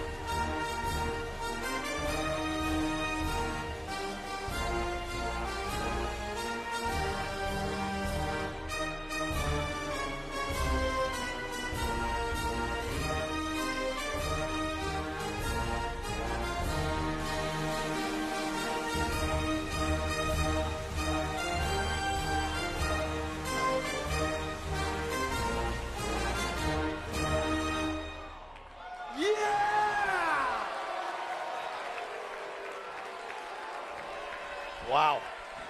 That's a moment. One word cannot describe him. A ring cannot contain him. He is a natural-born killer, driven by a relentless rage from within. Every match, a new level of confidence and power. Every victory, one step closer to the ultimate prize. Retribution will be paid in full. Joe is going to kill you. TNA Final Resolution. Live January 14th on pay-per-view. Not a good situation. Not a good situation here. Storm. Hey. What's wrong? Is Chris Harris okay? Chris Harris okay? He quit. He quit like he always does. He's not hurt. That's an excuse, JB. That's an excuse. He let me down. He let America down. That's a disgrace to have that Mexican national anthem playing in TNA in America. You know what, Christopher Harris? You have till Thursday on Impact to apologize to me and every single American out there that had to put up with that crap. Thursday. All right, be decided Thursday on Impact, guys. Back to you. Unbelievable. 911 operator, what's your emergency? Ladies and gentlemen, making their way to the ring, PG James, Rip James, they are the Voodoo Kid Mafia!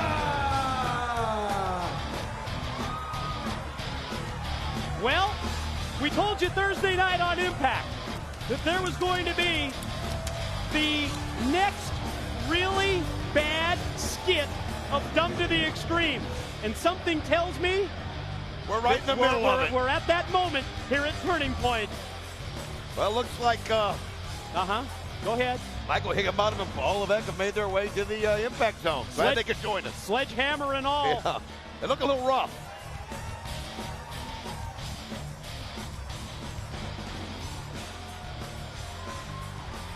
Yes, the Voodoo Kid Mafia. I believe they've arrived at Turning Point, but unlike any VKM that we've seen to this point. Well, they've got the done pretty good job of getting the mannerisms down. See, that would be Levesque in the back. It would be Hickenbottom up front, wouldn't it? For those of you scoring at home. Well, we're going to maybe get an explanation here. Ladies and gentlemen, for the thousands in attendance and the millions watching at home via television, boys and girls, let's get ready to stop it!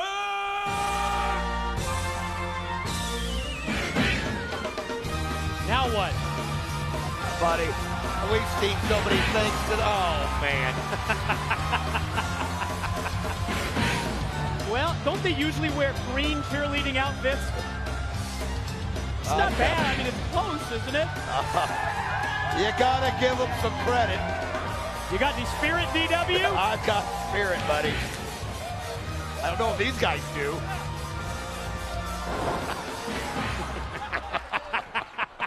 I needed a good laugh. I really did. Oh, just the power there that they invoke. It's incredible. Uh-oh. Is he tuning up the band? He's ready for some music of some sort. Oh, whoa. I've got a better idea. Let's get ready for the Fat Oily Guy! Oh, no. I'm sorry. That's where I'm sorry. That's where I throw the flag. Oh, man. Somebody call the replay. Check the replay. Oh, good. Give me a... Oh, that's awful. That's just flat awful. That must be jelly, because jam don't shake like that. You told me about 4.5 years ago. What did I tell you? Dog, you will see things in this business, and that's something I never want to see. You will see things in this business that you will not believe. Yeah, I know. And Mike, the unbelievable has just taken place. I wasn't lying, was I? And believe it or not, this guy's lost weight. How do you know? He told me. Was he your buddy? Oh, this is awful. I think you killed him with that. A person shouldn't have to look at that. Oh, my God. That's just way too many sit-ups right there. Cut the music. Oh, man. You see, sometimes in our business, people have trouble differentiating between parody and reality TV. Well, let us draw the line tonight. What you just saw was parody, and what's next is reality TV. Okay, we had a little fun. Now we're going to get serious. See him pulling off the masks. You see, I ain't Paul Levesque. Surprise, surprise. It's B.G. James. And he damn sure ain't Michael Hickenbottom. Kip James. You see, I'm B. Jizzle, and he's Kip James. And by God, we're VKM.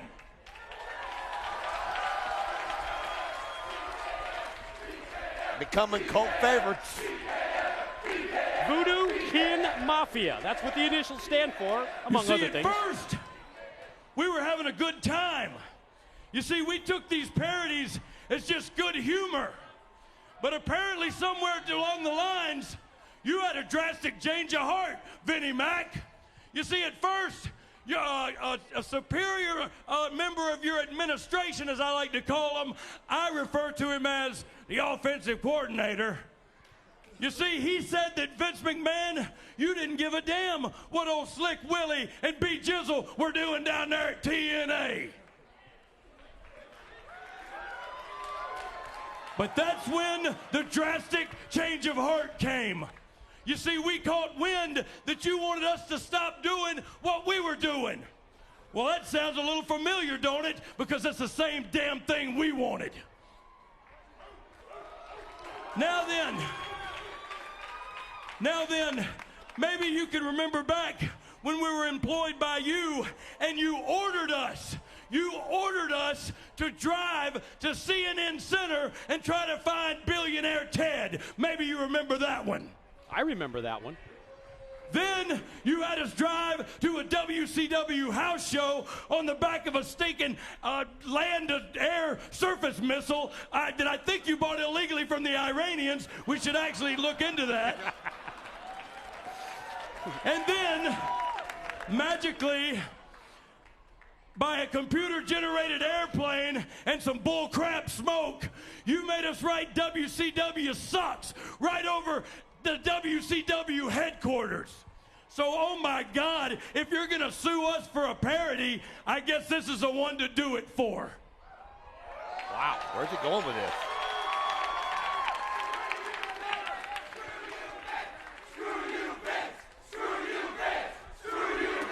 Seems to be the consensus opinion.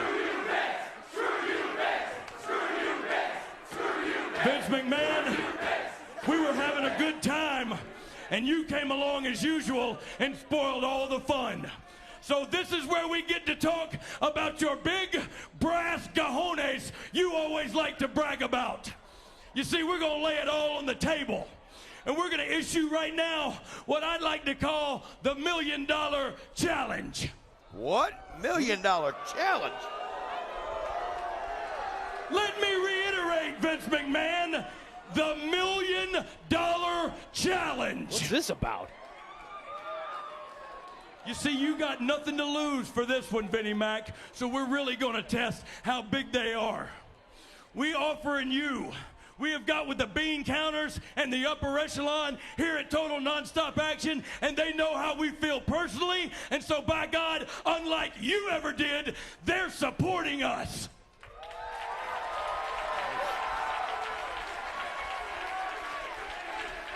Let's get back to the $1 Million Challenge. You see, Vince, we got a problem.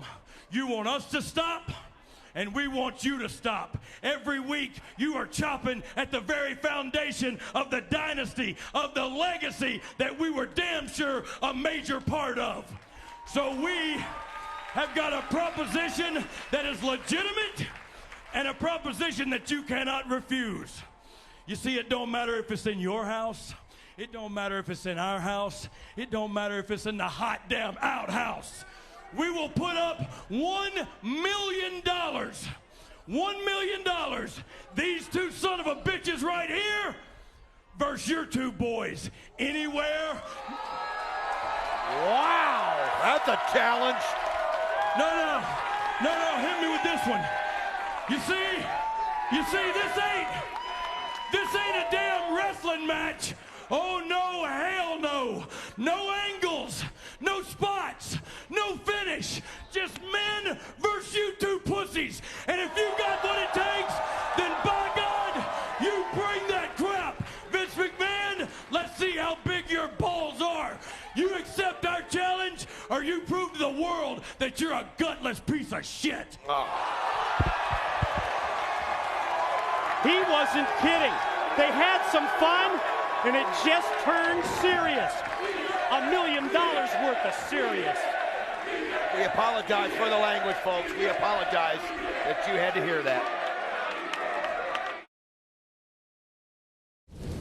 Tomko, you think you know some deep, dark secret in Abyss's past? Let me tell you a story about a little boy named Abyss.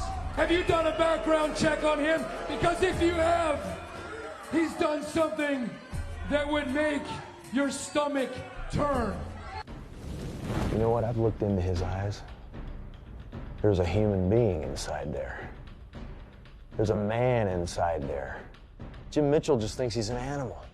You let Jim Mitchell lead you around like a little puppy dog. Is it because you're looking for something? Or is it because you want to be your own man? Is that what it is, Abyss? Or should I say, Chris? Sting, you're wasting your time. Like all men, my monster Abyss is an animal, just like you. So before you go trying to save souls, you hypocrite, I'd suggest that you start by saving your own. I should have been the one walking in a turning point as the #1 contender, regardless of who walked out at Genesis the World Heavyweight Champion. I'm gonna walk down a different road this time. I'm gonna go down the road that I said I was gonna go down. This is my protection. This is my way of saying, everybody back the hell up, because you can't stop me from becoming the World Heavyweight Champion. It's meant to be, and it's gonna happen. Triple threat for the NWA World title up next at Turning Point. But first, let's hear from one of the challengers, Christian Cage with JB. Coming up next here at Turning Point, the NWA Heavyweight Championship is on the line. Christian Cage, you finally get that shot you've been asking for. However, to come away with the gold tonight, you got to go through both Abyss and Sting. Like sands through the hourglass, so were the days of our lives. It's mildly entertaining, actually, this little soap opera between Sting and Abyss going on right now. Sting says, behind the mask, there's a man. Behind all the darkness, somewhere in there, there's a man. Well, Stinger, you're not looking at it right, man. This isn't about saving lives. This isn't about saving souls. This is about what it's always been about. This is about me.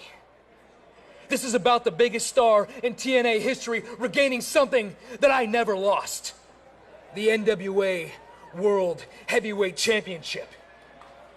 And while you two Boy Scouts are too busy caught up in this little bad after-school special you got going on, I never lost sight of that fact. And you want to talk about soap operas? Let's talk about a real-life soap opera. A real-life soap opera, Abyss. This man right here, Tomko, he knows your dirty little secret. Oh, yeah. Do we want to say what it is? No, not really. It's embarrassing. It's embarrassing for you. It's embarrassing for us. It's embarrassing for Sting. It's embarrassing for TNA as a whole. That's not good. So let's just hope that we go out there and tonight all the chips fall where they're supposed to fall and Christian Cage walks out as the NWA World Heavyweight Champion. Or else we've got that little trump card. Sting, Abyss, remember this. You can't stop Christian Cage. You can only hope to contain me. And if you don't know, now you know.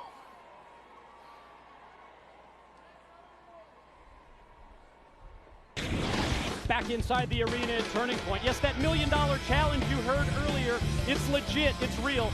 Again, we want to apologize for BG James getting carried away with his language. It's time for the NWA World Heavyweight Championship Triple Threat matchup.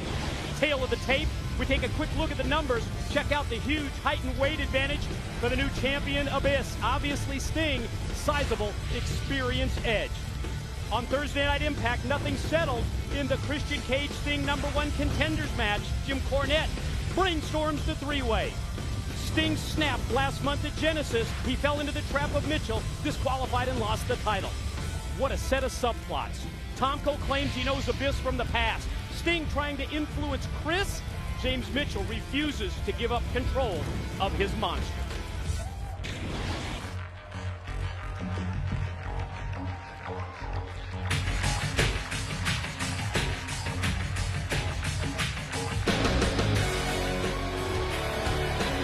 This is challenger #1 in the Jim Cornette ordered triple threat matchup.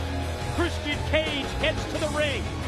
A former NWA World Heavyweight Champion, accompanied to the ring by a sizable insurance policy by the name of Tomko. But keep in mind, when I say that Christian Cage is a former NWA World Heavyweight Champion, let me also emphasize that he may not have the title, but since arriving in TNA, he's never been pinned and he's never tapped out. He's still unbeaten. You may not agree with the way that he's been handling things as of late and then bringing Tomko in like he has, but I think he just feels slighted and he wants that insurance policy, and that's why Tomko's with him right now to ensure that he becomes the heavyweight champion again.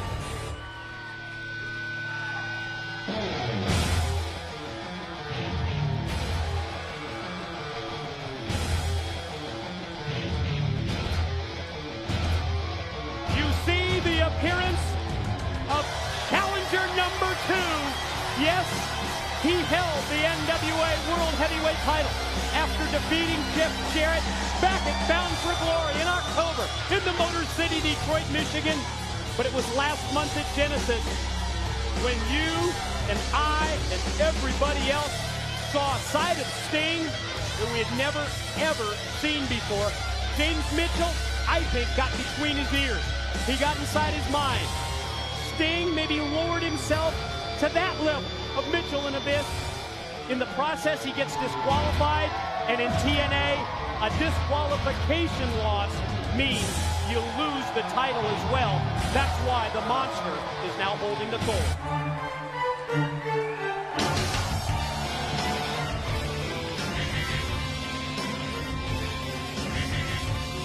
Well, here he comes. The NWA World Heavyweight Champion, the Monster Abyss. And now the questions are starting to arise about him. When we saw Sting, after Sting snapped at Genesis, We saw Sting come to his senses. We saw Sting try to get into the mind of the monster, realizing that there was a human being inside of there. And I thought he was getting to him as he brought up a little bit of his past himself. And he kind of pleaded to that inner soul, that inner peace that he believes that Abyss is searching for. But you saw James Mitchell get involved and show that he still somehow has the power over this 6'8", 350-pound behemoth. And you wonder about Abyss, what goes through his mind. You can never wonder about this.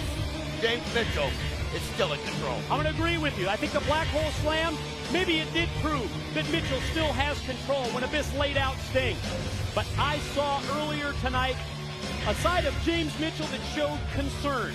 It showed worry, if you think about it. To this point in time, Abyss has never listened to anyone other than Mitchell. He at least opened the door. He at least listened to Sting.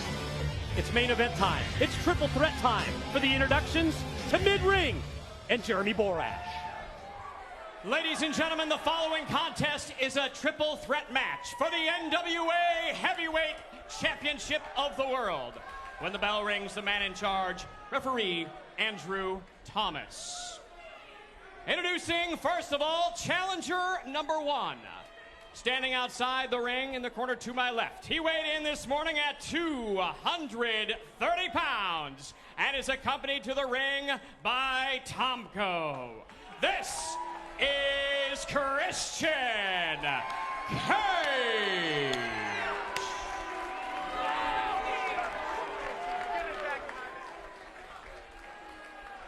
Introducing competitor number 2. He comes to us from Venice Beach, California, and weighed in this morning at 242 pounds. This is Sting.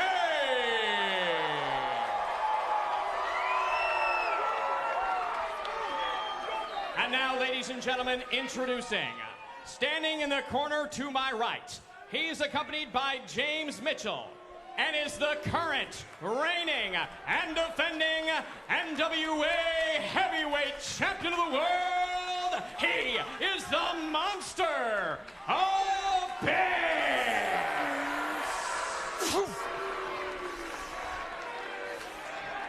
When I see James Mitchell smile like he just did, oh, check this out. Tomko and Abyss nose to nose, and we know that at least at some point in the past, according to Christian Cage, that their paths have crossed and that Tomko knows a secret about the past of the Monster Abyss to reflect back on Mitchell. I saw him with a look on his face that, yes, it exuded confidence. I saw the smile on his face, but I wonder if that maybe was masking his real thoughts at this point, because I believe down deep, Mitchell's got to be concerned that Abyss at least was listening to Sting.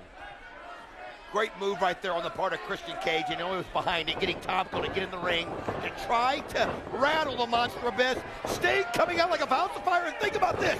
Sting has reason to get after both these guys. Not just what has happened with him and Abyss here in the last few weeks, but Christian Cage, he'll never forget Christian Cage slamming that guitar into his head. That one time that cost him the World Championship, he's never forgotten that. So Sting right now, I think, fighting two wars, and look at him, he is just going right after the offensive, right after the Monster Abyss. Mitchell at ringside, more demonstrative than ever, continuing to try and control his Monster Abyss. Sting able to pull that top rope down, and 6'8", 350 pounds of the NWA champion just went out to the arena floor. There goes Christian Cage. Wow, he tosses him so high up over the top rope. I think Abyss realized at the last second that he was going over the ropes and was able to land on his feet. But Christian Cage, no way when he went up that high. And wait a minute, Sting going up top. Look out! And there he goes, right on top of both of them. Right on top of both of them. The things that we have seen, Don, from Sting, especially a high-risk move like that, the cross-body block, coming off that top turnbuckle and taking out two for the price of one. Christian Cage, Abyss both go down after Sting connects. I'm looking at Christian Cage right down here below me, and it looked like maybe he caught his hand or something. Tomko. Oh, wait a minute. Tomko comes out of nowhere. The referee doesn't know it as they throw Sting into the rail right there, into the crowd. And the referee never saw a thing as Tomko goes back over to his side. Oh, right into the steel steps goes Sting. Couldn't put it better than what you did earlier. Tom Coe's here for one reason, and for one reason only. He's here to ensure that Christian Cage gets that NWA World Heavyweight Championship belt back around his waist. Boy, Christian effective from the apron, but not so when he slingshots in and Abyss decks him with the clothesline.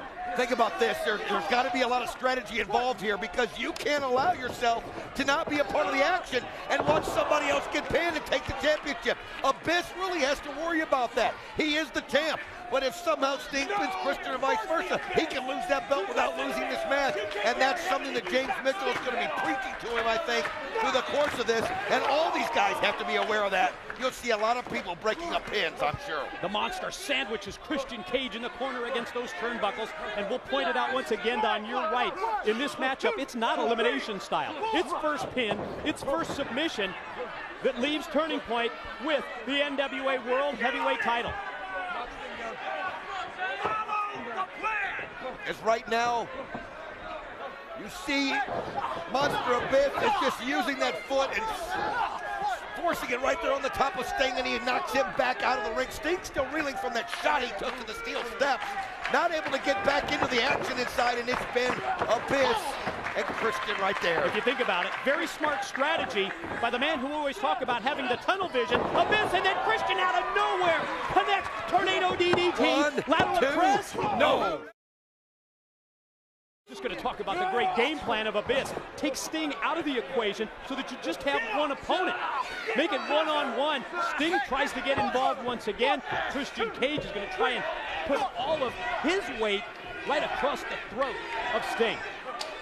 Christian Cage right now with the decided advantage. He's got both guys reeling, both guys down, and Christian Cage bringing the boots right to the back of the head to the Monster Abyss. It's amazing the way that the tide has turned in this match on several occasions now. We saw Abyss look like he was totally in control. We saw Tom Coe give Christian Cage the edge, and out of nowhere, Christian connects with the DDT. It looks to me like he's back in the driver's seat, although Abyss going to try and fight back. A series of shots to the rib cage.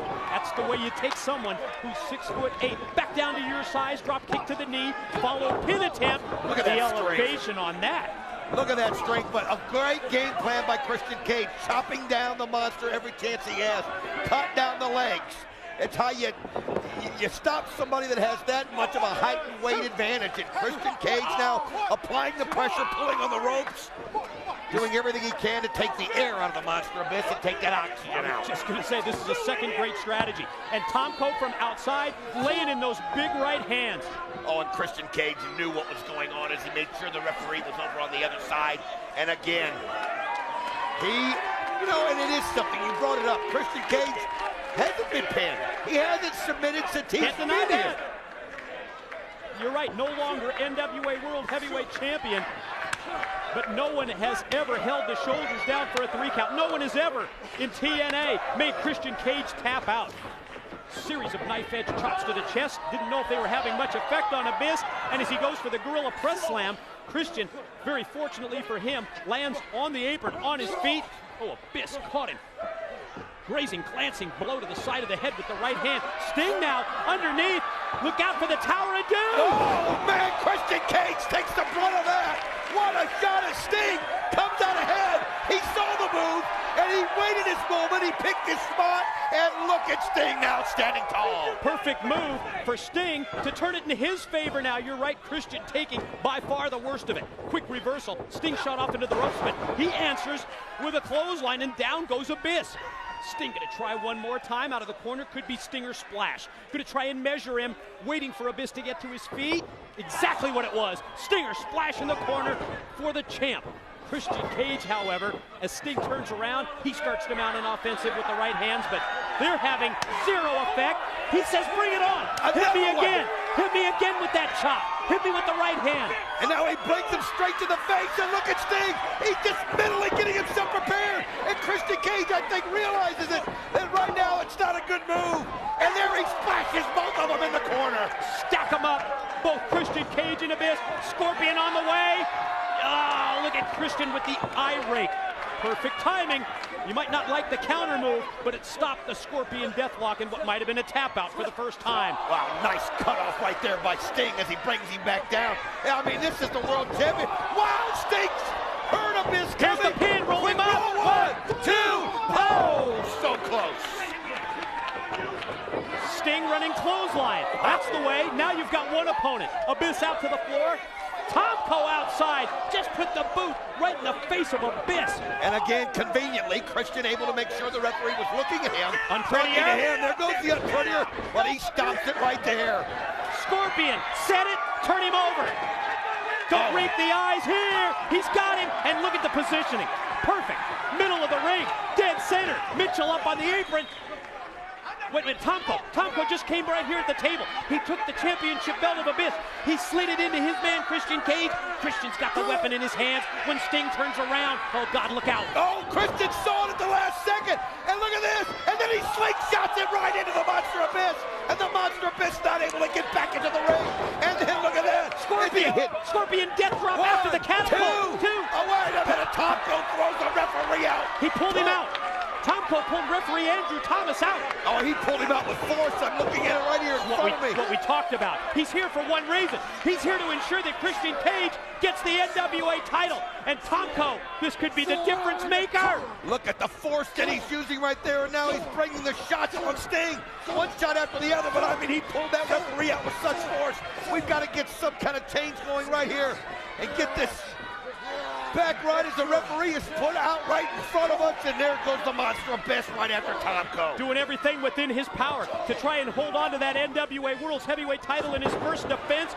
The shots for Tomko, then turns around and levels Christian with that big clubbing blow. There goes Tomko to the floor. And a Monster Abyss just sitting right over the top of the rope right there.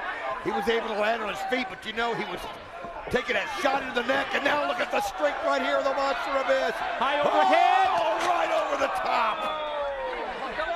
Christian Cage sent flying by the champion. Abyss tosses him out to the concrete, and now Mitchell up on the apron. He just gave him the sign. He just gave him the doomsday. Oh, and look at this as he's pulling Sting up there, and now he's got control, throws him off the rope. I think he was going to go for the black hole there, wasn't he? Oh, he's got him right now by the neck. This could be a choke slam. Got him goozled. Mitchell going to go for the tacks. Those thousands of tacks that we've seen come into play on so many occasions. And if you recall, Sting actually going back first into the tacks last month at Genesis. Oh, and it was a sight you didn't think you would see, but he picked the Sting up, slammed him into those tacks. And now, and again, it looks like Abyss is conflicted right there. He's telling him to do it, and normally Abyss would do it with immediately. You're right, immediately. He thought it over for a second, but you can't deny that he's going to take the tacks out of the bag. Well, and again, James Mitchell always seems to get through whatever clouds cover his mind. James Mitchell's able to part him. But he stopped momentarily.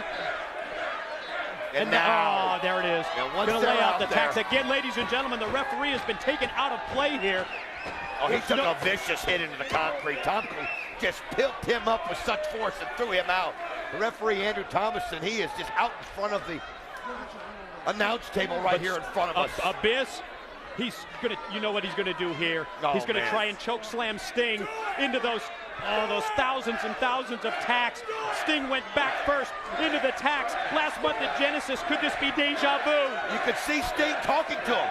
Sting's talking to him, I think, trying to get into his mind.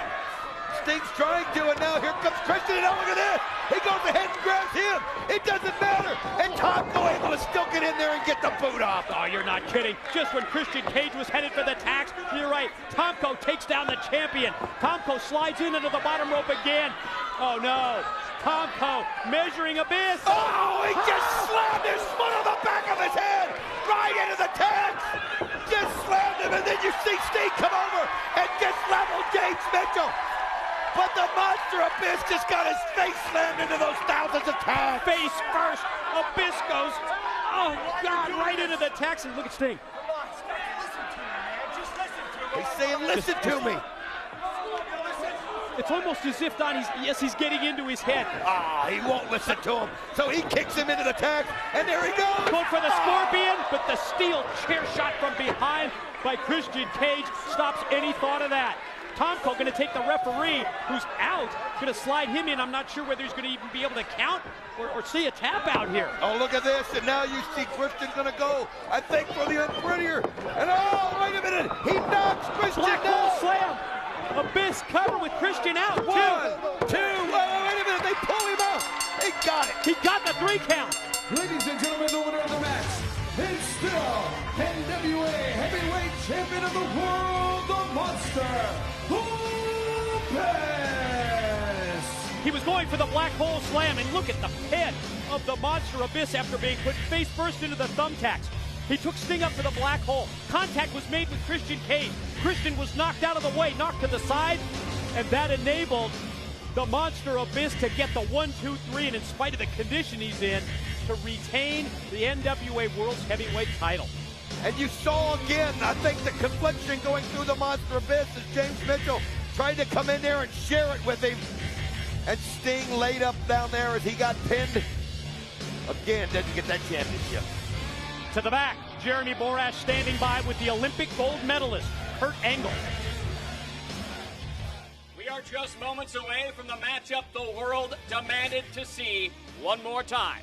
Samoa Joe, Kurt Angle, the rematch. Samoa Joe, last time we wrestled, I beat you. You were undefeated, and I beat your ass. No one ever made you tap out. Kurt Angle made you tap out. Now, win, lose, or draw tonight, this will be the last match I wrestle with you, Samoa Joe. And make no mistake about it. After tonight, every wrestling fan in the world, every TNA wrestler, including you, Samoa Joe, is gonna know who the better wrestler is. And that is real. It's damn real. Yeah. The reason why I gave Samoa Joe the rematch is because something happened to me about 12 years ago. I wrestled a man from Iran, and he beat me. And I knew I could beat him. I knew I had the chance to beat him, but I thought I'd never see him again. And what do you know, in the 1996 Olympics, in the finals, after 4 grueling matches, my 5th match was against him, the Iranian. His name was Abbas Jadidi. I could never forget that name. And I realized I was getting a second chance. And I got redemption. I won the Olympic gold medal. And when I won that medal, I realized if I wouldn't have got that second chance, I'd never be where I am today. Right here, a superstar in TNA. After I beat Samoa Joe, I realized this kid deserves a second chance. He was undefeated for 18 months. If anybody in this company deserves a second chance against the very best wrestler in the world, it's Samoa Joe. For 18 months, I gave my heart, my soul, I gave everything I had because I was the best. I was unbeatable. I was unstoppable. Nobody has ever made me bleed that badly twice. I've never had to compete against someone like that before.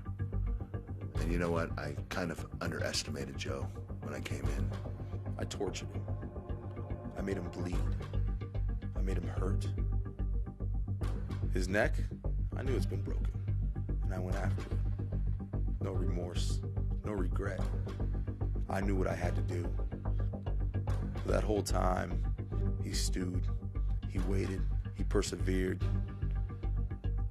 and I didn't pay attention to that. Is there a fear inside of me? Yeah. Am I gonna lose sleep over it? Yeah. You're damn right I am. This guy is a killer. I mean, this guy is one of the best wrestlers I've ever faced. I have never been pushed to my limits the way that Samoa Joe has pushed me. There's one thing that I grossly underestimated with Kurt Angle, is his willingness to win. When I made Samoa Joe tap out, I could breathe. It wasn't happiness, it was relief. Kurt Angle took my reputation. Kurt Angle took all my hard work. In one fell swoop, with 3 taps on the mat, that all disappeared. This isn't a man who's desperate. This is a man who's angry and has the capability of beating and hurting anyone in the world. At Turning Point, no longer do I have 18 months on my back. No longer am I the top dog. No longer am I the #1 man to beat in TNA. So am I gonna lose sleep? Am I gonna worry? Am I gonna look my daughter in the eye and think that maybe someday I might come back paralyzed, crippled? Yeah, I worry. He almost did it last time. And he has a chance again because I'm giving that chance. Ever since I've arrived here in TNA, I've been given one opportunity. From that one opportunity, I have destroyed everybody that's been in front of me. Kurt will be no different. Win, lose, or draw, this is my last match with Samoa Joe. Up next at Turning Point, it is underlined the rematch. It's time for Kurt Angle and Samoa Joe 2.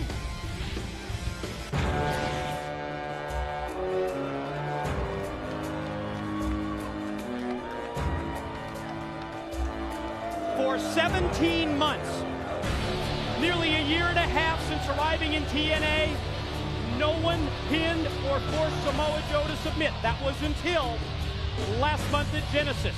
The Olympic gold medalist did it. But when you heard Samoa Joe talk about that, he said, there is consolation in defeat. Think about it. Kurt Angle, Olympic gold medalist. Kurt Angle, a champion everywhere he's been. Kurt Angle, the fiercest competitor in professional wrestling. Joe asked for the rematch. He said, give me a rematch. Give the world a rematch. Kurt Angle, give yourself the satisfaction of a return bout. Ladies and gentlemen, it is time for that rematch. That one and only rematch. It's time for Samoa Joe, Kurt Angle. Put the Roman numerals behind it. 2. And you saw what Joe had to do the last few weeks to ensure this rematch. Kurt Angle told him, I want you to watch my back. Make sure that nothing happens to me. Kurt Angle looked into his heart. Kurt Angle looked into his past.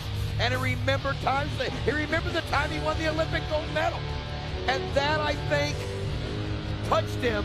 And he said to Joe, all right, you'll get that rematch. One rematch and one rematch only. And he got it here tonight at Turning Point.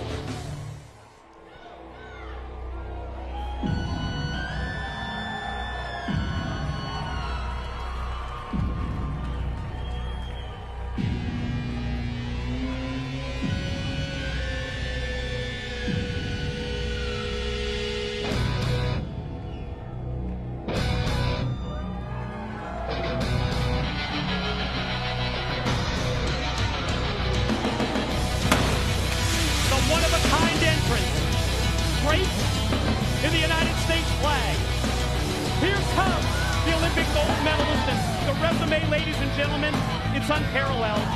Two-time NCAA Division I heavyweight champion. He capped off that illustrious amateur wrestling career, winning the gold medal. 1996 Olympics in Atlanta, Georgia, despite competing with a broken neck. Did you hear me? A broken neck, and he still won the gold medal.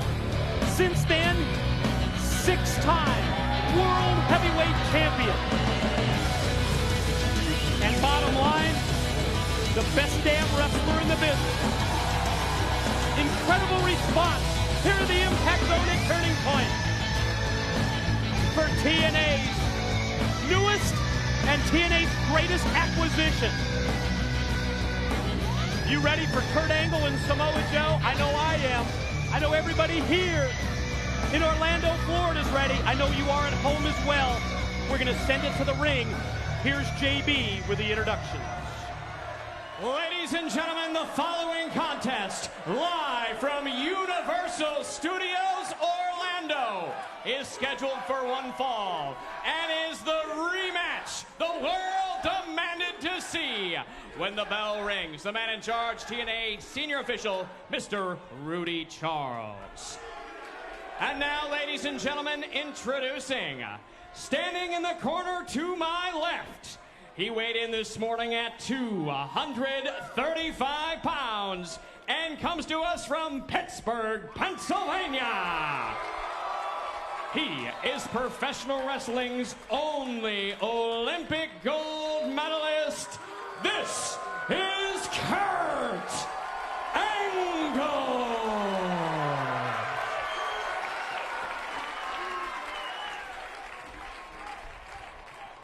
And now, ladies and gentlemen, introducing, standing in the corner to my right. He weighed in this morning at 282 pounds and comes to us from the Isle of Samoa. Motion Machine, Samoa Joe. Those eyes will burn a hole right through you. You talk about intensity, you talk about a man on a mission. That's Samoa Joe. Well, I think back to Thursday night on Impact when we had that incredible all-star war, and Samoa Joe thought that Kurt Angle was there to see to his back because he was there to watch his. And then when he got hit with that Olympic slam, I think that has just stuck with Samoa Joe. He's not forgotten it. And he's looking at a situation where he needs to win this for himself. You know, it's not about streaks anymore, Mike. We know that. It's about pride. And Joe needs this for himself, but when you're going up against maybe the greatest wrestler in the history of this business, it's almost an impossible task. Boy, I couldn't agree more. You're right. Winning streaks, they're out the window. Pride, honor, respect. Quite possibly the two best wrestlers in professional wrestling today. It's been a treat to see them, Don. It was great at Genesis, and we saw Kurt Angle here in the early going. He rushed Joe into the corner. He takes him back out to the middle of the ring. He uses a back heel trip to take him down and then a top wrist lock to keep him neutralized. It's Kurt Angle in control here in the opening minute. I got a chance to talk to Kurt Angle, and he told me that he's going to be using his wrestling style that won him the Olympic gold medal a lot. Because he said in this case it's something that Samoa Joe does not see very often, and nobody can use it against him.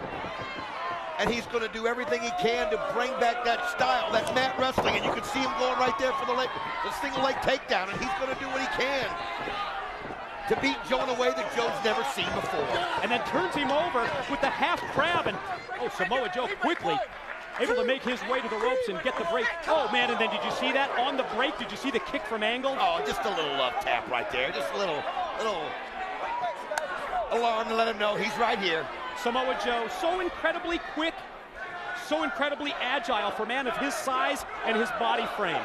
Kurt Angle, you felt it last month at Genesis. You've got to look out for the chops, the knees, the kicks. Samoa Joe's a great striker. How's that? You talk about a great striker. A stiff short arm clothesline that will it would rock anybody in professional wrestling, and it just sent shivers up my spine, and I'm sure it just rocked the hell out of Angle. And look at these shots, punch after punch in the corner, and now putting the boot to the chest of Kurt Angle. Samoa Joe has been unleashed. He's just going crazy right there. He saw an opportunity, and you know, you heard Angle talk about that he knows there's a chance he can get paralyzed in this ring. And you've heard Joe talk about it. He said, yeah, I know he's had a broken neck, and I'll go right after it. And he did right there, slamming him on the back of his head. And then he just kept going. And look at Joe. He's just not stopping. He's going into the body shots, head shots, anything that he can to take that momentum right off of Angle from the start. Couldn't agree more. You laid it out for everybody. Samoa Joe, he's physically taking it to Kurt Angle and working on the neck and head of Angle. He knows what he perceives as a weakness, and the 280-plus pounder just lifted and elevated Angle over the top rope, and wow, Kurt Angle just crashed on the floor. I mean, look at that look in Joe's eyes. I mean, it's almost, it's not even a look of anger. It's a look of determination. It's a look of a mission that he's put himself in tonight. And you can see he's calculating everything that he does. It's a look that tells me that he wants retribution here, that he wants to gain a little bit of payback. And as much as Angle was in control in the opening minutes, Samoa Joe is turning around, and look at Angle fight back with those shots, my God! Right and left, and then a European uppercut. Oh, you can see the look in Angle's eyes as he tries to get his focus back, and he hit Joe with some wicked rights right there. Oh, Kurt Angle just goes right over the top, right on top of Joe and levels him. Body at risk. You think Angle cares? Right over the top. Tells the cameraman to get out of his way and puts the boots to Samoa Joe. Puts it right into the side of Samoa Joe's head. And then he goes over here. Oh, man. He caught him right into the corner. Right into the corner of that steel step. And he hits him again right into the face. Look at this. Slapping and shot after shot right into the face of Samoa Joe. Well, I mean, he's a little payback there when Joe was just face brushing him right after another, and now look at Angle returning the favor. I mean, you can just feel the intensity as this thing goes on. From both of these competitors, and what have we said, Don, since his arrival? There's no one that's more intense of a competitor in professional wrestling than Kurt Angle. At points during this matchup, we've seen that match by Samoa Joe. But now the complexion of the bout has turned in favor of the Olympic gold medalist. And Angle, you can see, he's prepared for this. He's waiting in the corner. He's allowing Samoa Joe to get back up to his feet, but just momentarily, because he slides through, connects with a kick, and Joe goes into the guardrail. Didn't quite get it with the full force, but he got it with the full force with that knee. And then you saw the right, and look at Joe, fired himself up, screaming with every blow. I mean, Samoa Joe right now knows that when you get that momentum, you go right after it and you don't stop. Physicality unparalleled in professional wrestling. Seeing these two men just go at each other. Everything on the line here in this one and only rematch. Another uppercut in the corner. Angle going to try and shoot the 280-pounder across, and does. As he charges in, Joe's prepared. He's ready. Got the elbow up, but wow, Kurt Angle just met Samoa Joe and knocked him down like a big oak tree. I mean, he caught him right there in the neck, right there in the chin. And I mean, and what I like about this right now, he could be going for a pin. What he's doing, I think, is measuring up Joe. He wants to calculate it himself and then show Joe why he's considered the best. And look at that strength as he just suplexes him over. Off the suplex, here's the pin attempt, and barely a 1 count before Samoa Joe rolls the shoulder, and again a 1 count from referee Rudy Charles. Angle going to go back to the wrestling basics here, and I think that's a smart strategy on his part. And you can see him squeezing on the ribs right now, and I think he senses something with Joe right there as he's just pulling on the ribs, pulling hard, and Joe trying to get loose of that grip, and he puts his hand in the middle. And look at this! He's rolled Joe over for him. Look, he's got his mat there, and you can see Rudy Charles checking it. It almost looks like we're watching an Olympic wrestling event right now. Submission hold applied. You see that Samoa Joe has that move keyed. He's got the key lock on Kurt Angle, who rolls over now, uses his weight against Samoa Joe, and gets a near fall. Actually, Samoa Joe's own arm was keeping Kurt Angle's shoulder from touching the mat right there. That was a wild situation, and again, you're watching mat wrestling right here, and it's two guys just trying to show each other who's the better man. Samoa Joe, known for that ground and pound mixed martial arts style. He has such a wide variety of training methods. Traditional pro wrestling, that's a part of it as well, but also that MMA, that submission and ground game that he can bring that enables him, I think, to match Kurt Angle here, and it's exactly what we're seeing. Right hand after right hand, the right to the jaw, chop to the chest. Here comes Joe. Oh, he missed his Kurt Angle. It looked like he was going to be taking him, and then he set him up, and that's that experience that he has. I mean, at the last second, he dropped down, and Joe thought he was going to take Angle over the top. Did you see the way that Joe hit the ropes? And you see the mark on the arm, and I believe on the chest and neck of Samoa Joe. When he went into that steel cable, he had no idea it was coming. Like a whiplash gun when he went right in, as Angle was able to move out of the way and avoid the contact. You can see there, these guys are like heavyweight fighters as they talk to each other as they go. Joe now trying to get some steam. Look out! Oh, and he just gets belly to belly right there by Kurt Angle, and man, Kurt Angle's got momentum rolling right now. Oh, the overhead release suplex by Angle, just what the doctor ordered. Great crowd here at Turning Point, showing their support for both of these men as Angle goes for the pin. 2 count only before Joe rolls the shoulder.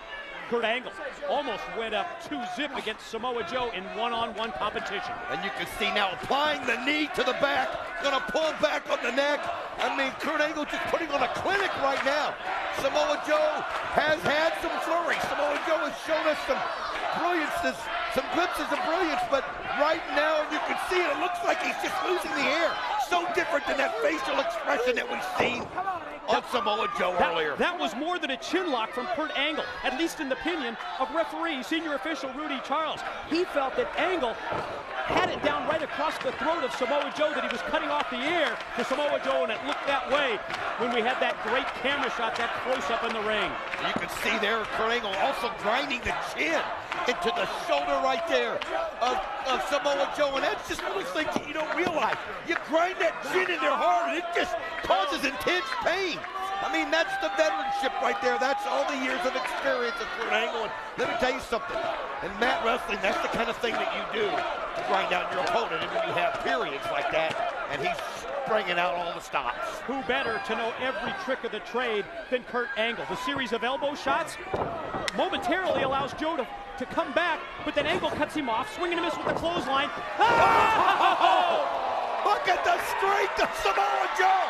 And I don't know where he found that from. He didn't look like he had it, and he just shows you what kind of a competitor that he is. Released him overhead. What a suplex, guys. Can we take another look at this? In the truck, we got a replay of this. There it is. Oh, and you can see Kurt Angle had a bad landing. I think he landed bad on the knee, I think. I just, the intensity of the crowd, you can feel the electricity. They know they're watching something special. Samoa Joe dug deep for that suplex. He's slow to get back to his feet. They meet in mid-ring. Joe connects, blocks the punch from Angle. Joe connects again and blocks. That's 3 straight times. He blocked him and hit him with a shot. To the ropes, decked him with the clothesline. Angle to his feet, dropped him a second time. But look how quickly Angle gets right back up. What a competitor. That time, chest first into the corner. Joe's got him. Choke applied. Oh, what a headbutt right there by Angle. And after the headbutt, there it is. He's got the German. He hit him with one German suplex. On the head again. He maintains his grip. He maintains the contact. 280 pounds overhead. Gonna go to the well for a third time. You can see Kurt Angle right there. And Joe looks like, oh man, he hits him. Samoa Joe, for every time he turns it around and gets some momentum, the Olympic gold medalist able to turn it back in his favor. Angle challenges Joe to get back up to his feet and take more of a beating. Samoa Joe came so close to putting that rear naked choke on. I don't think he had it fully cinched in and applied before Angle butted him, and then Angle takes control. The 3 Germans, gonna go there, Olympic slam, but instead the choke applied. Ankle lock, ankle lock. This is what he beat him with. Can he beat him a second time? Is Joe gonna tap? Again, Joe just didn't quite have the strength to turn it around, but then he does. Oh man, you know, Samoa Joe was just testing it. He waited to see if he could do the momentum, and then he breaks the knee right up to the chin of Kurt Angle and sets him up with the top rope. And could Joe be getting this momentum back? Could it be the muscle buster that he's setting him up for? How does he do that for a man that size? Angle never saw it coming. Is he gonna feel this muscle buster? Oh boy, there's no doubt. Oh, look at this. He's got him. One. Oh man. Again, he's got the ankle lock. Submission applied. Look at the positioning. Dead center, middle of the ring. The place is going nuts because they're anticipating Samoa Joe to tap out a second time. The tuck and roll worked once. Can it work a second time, or can Joe come up with something else? Look at how Angle gets to his base. Angle got to his feet. He doesn't want that to happen to him again, and now. You see, Joe said no. Joe said no. And again, he tries it, and again, he's able to use his weight. And if he didn't have that weight advantage, I'm telling you, though, that's how smart Joe is. He knows that, and he uses it. Olympic slam. Oh, man, he just one right after another. Here's 1, 2. Oh, he gets up just in time. And Angle can't believe it. I can't believe it. Angle thought he had him pinned. When Kurt Angle hits the Olympic slam, the 1, 2, 3 is what you've grown to expect, but Samoa Joe stays alive. Listen to this crowd. They respect both and down. Kurt Angle takes the strap off right there. And now he knows that he goes right back at that foot, right back at the ankle lock, and he's just yanking on it right there. Why wouldn't you at this point? When it's been so successful for you in the past, when you beat Samoa Joe with it, tuck and roll this time is blocked by Angle.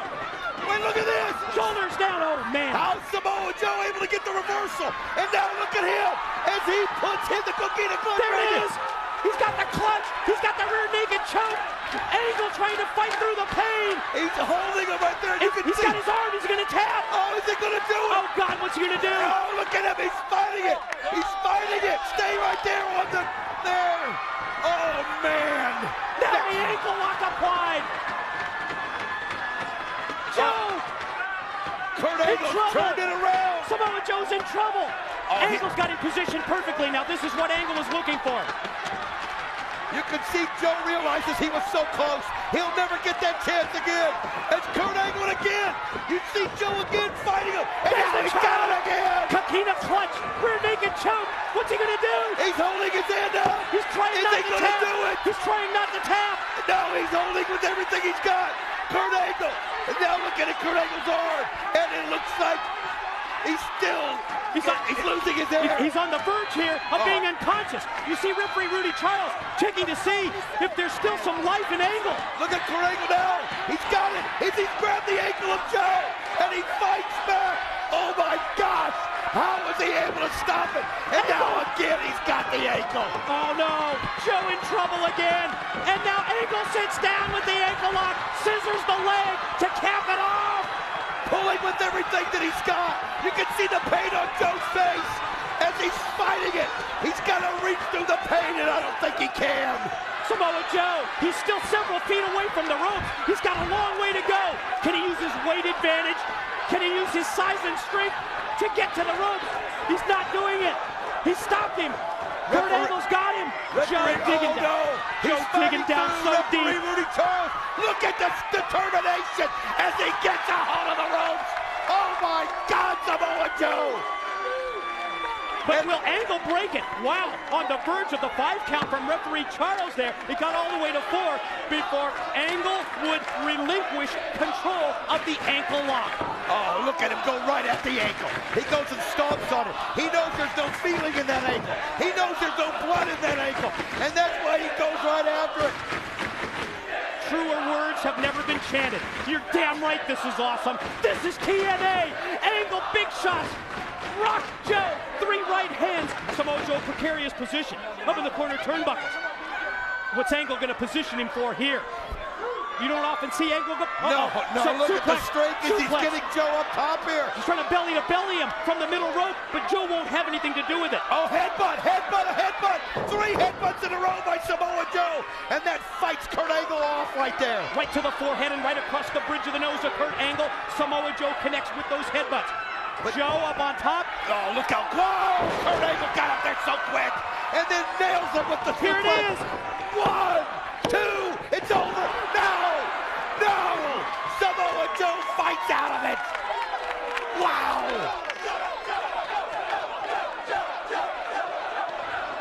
Both Angle and Samoa Joe trying to fight through what has been an incredible amount of pain that each man has felt in this so special rematch. It's Angle first up to his feet. Joe back up to the base. Here it comes, Olympic slam. No! Oh, look at this! Armbar instead. Arm drag off the Olympic slam. Oh, Samoa Joe's so prepared for all of Angle's moves. But he can barely hold his weight on that foot after Angle has been torquing on it all night. And then you see referee Rudy Charles gets hit right there in the face. Hit right there in the eye. Unfortunate collision here. Angle and Joe collide, and then Angle knocks referee Rudy Charles down. Rudy Charles has been hit in the eye, and Samoa Joe applies a Katina clutch. But there's no referee right here, as you can see, Samoa Joe, and he's tapping Angle's out. tapping. He's tapping out, but the referee doesn't know. As, oh man, Kurt Angle is tapped out. Can you believe this? And Samoa Joe, I think, is under the impression here that he's won the match. He knows he's won the match, but he's not officially won the match because the referee, and now look at Joe. I think Joe realizes it now, that he doesn't hear a bell. So he knows that even though Angle tapped out, the referee didn't see it. Oh, low blow right there by Kurt Angle. Oh, he shot him right from behind. What was that? Never expected to see that from Kurt Angle. Not after the great match that these guys have had. You don't need to do a cheap shot like that. Shortcut by Angle. The low blow. And wait a minute. Angle headed over here to the broadcast position. What's going on? I have no idea. Goes past us. He's got a steel chair that he took from the timekeeper from the bell ringer. I think he's mad that he tapped out. He knows that he hasn't officially lost, but he knows he tapped out. I think you're right. And he's angry, and he's mad, and he's going to take it out on Samoa Joe. Oh, but he missed it. Oh, and the chair foot came back. It sprung back right into Angle's face. Joe's got him hooked around the trunks.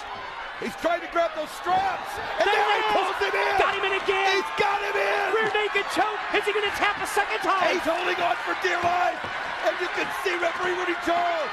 Is Kurt Angle going to tap out? No, he grabs the ankle again. Oh, and he pulls it back. Joe trying to get it into place. Look at him, and he taps out. Joe's won. Ladies and gentlemen, your winner, the Samoan Submission Machine, Samoa Joe.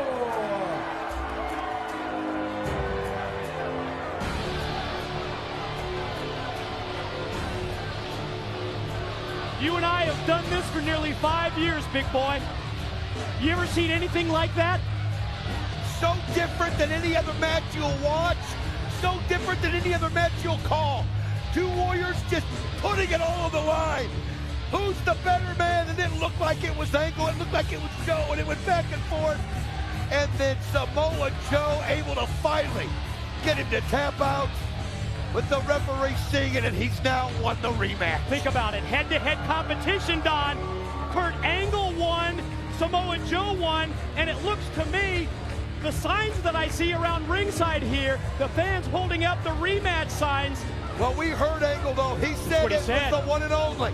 This was the one and only, but Kurt Angle can't believe it. And you saw a different side of Kurt after he tapped that first time. When he hits the low blow, then he went for the chair to try to injure Joe, to try to end Joe, really put a damper on his career, and now Kurt Angle has to face that there are people just as good as he is. Frustration so evident as Kurt Angle pounds the canvas in the middle of the ring. We are going to go back and we are going to relive so many of the special moments of this incredible rematch. You could see there the beginning that when these guys entered into the ring and the big time feel, and what a shot it was at the beginning when Samoa Joe took Angle out of the ring. Physicality unlike anything that we've ever seen. The vicious shots by Joe answered by the array of suplexes from the Olympic gold medalist. But Samoa Joe had suplexes in his repertoire as well. I mean, you just saw the back and forth. It was unreal.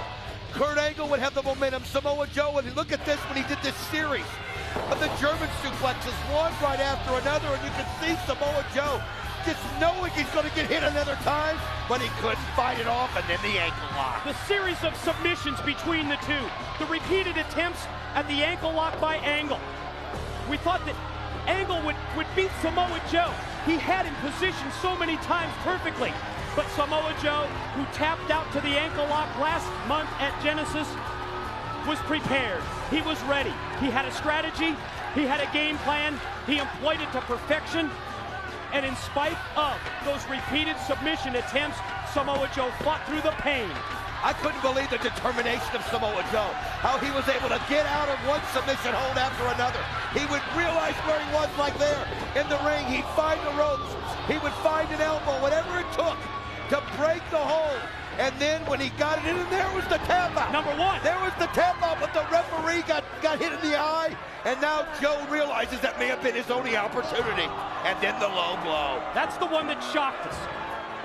The low road, the low blow, the steel chair shot that backfired. Yes. Came back into the face of Kurt Angle. And you see Joe grabbing those straps, Mike, and pulling for everything that he's got. And then, there you see it again, the chair shot. But it wasn't the chair shot that beat Kurt Angle. It was this. It was the rear naked choke. It was the Kakina clutch. There's the tap. You can't deny it. Look in the record books. Samoa Joe won. Kurt Angle won. They're still rocking the impact zone. The people are demanding a rematch in spite of what Kurt Angle said. They're yelling one more time as you watch Kurt Angle right there walk through the tunnel and what's going through that mind. And there you see Joe at the top of the tunnel on his. When people ask you, what differentiates TNA from every other organization, tell them Turning Point. One word cannot describe him. A ring cannot contain him. He is a natural-born killer, driven by a relentless rage from within. Every match, a new level of confidence and power. Every victory, one step closer to the ultimate prize. Retribution will be paid in full. Joe is going to kill you. TNA Final Resolution. Live January 14th on pay-per-view. Ladies and gentlemen, This has been a presentation of TNA Entertainment.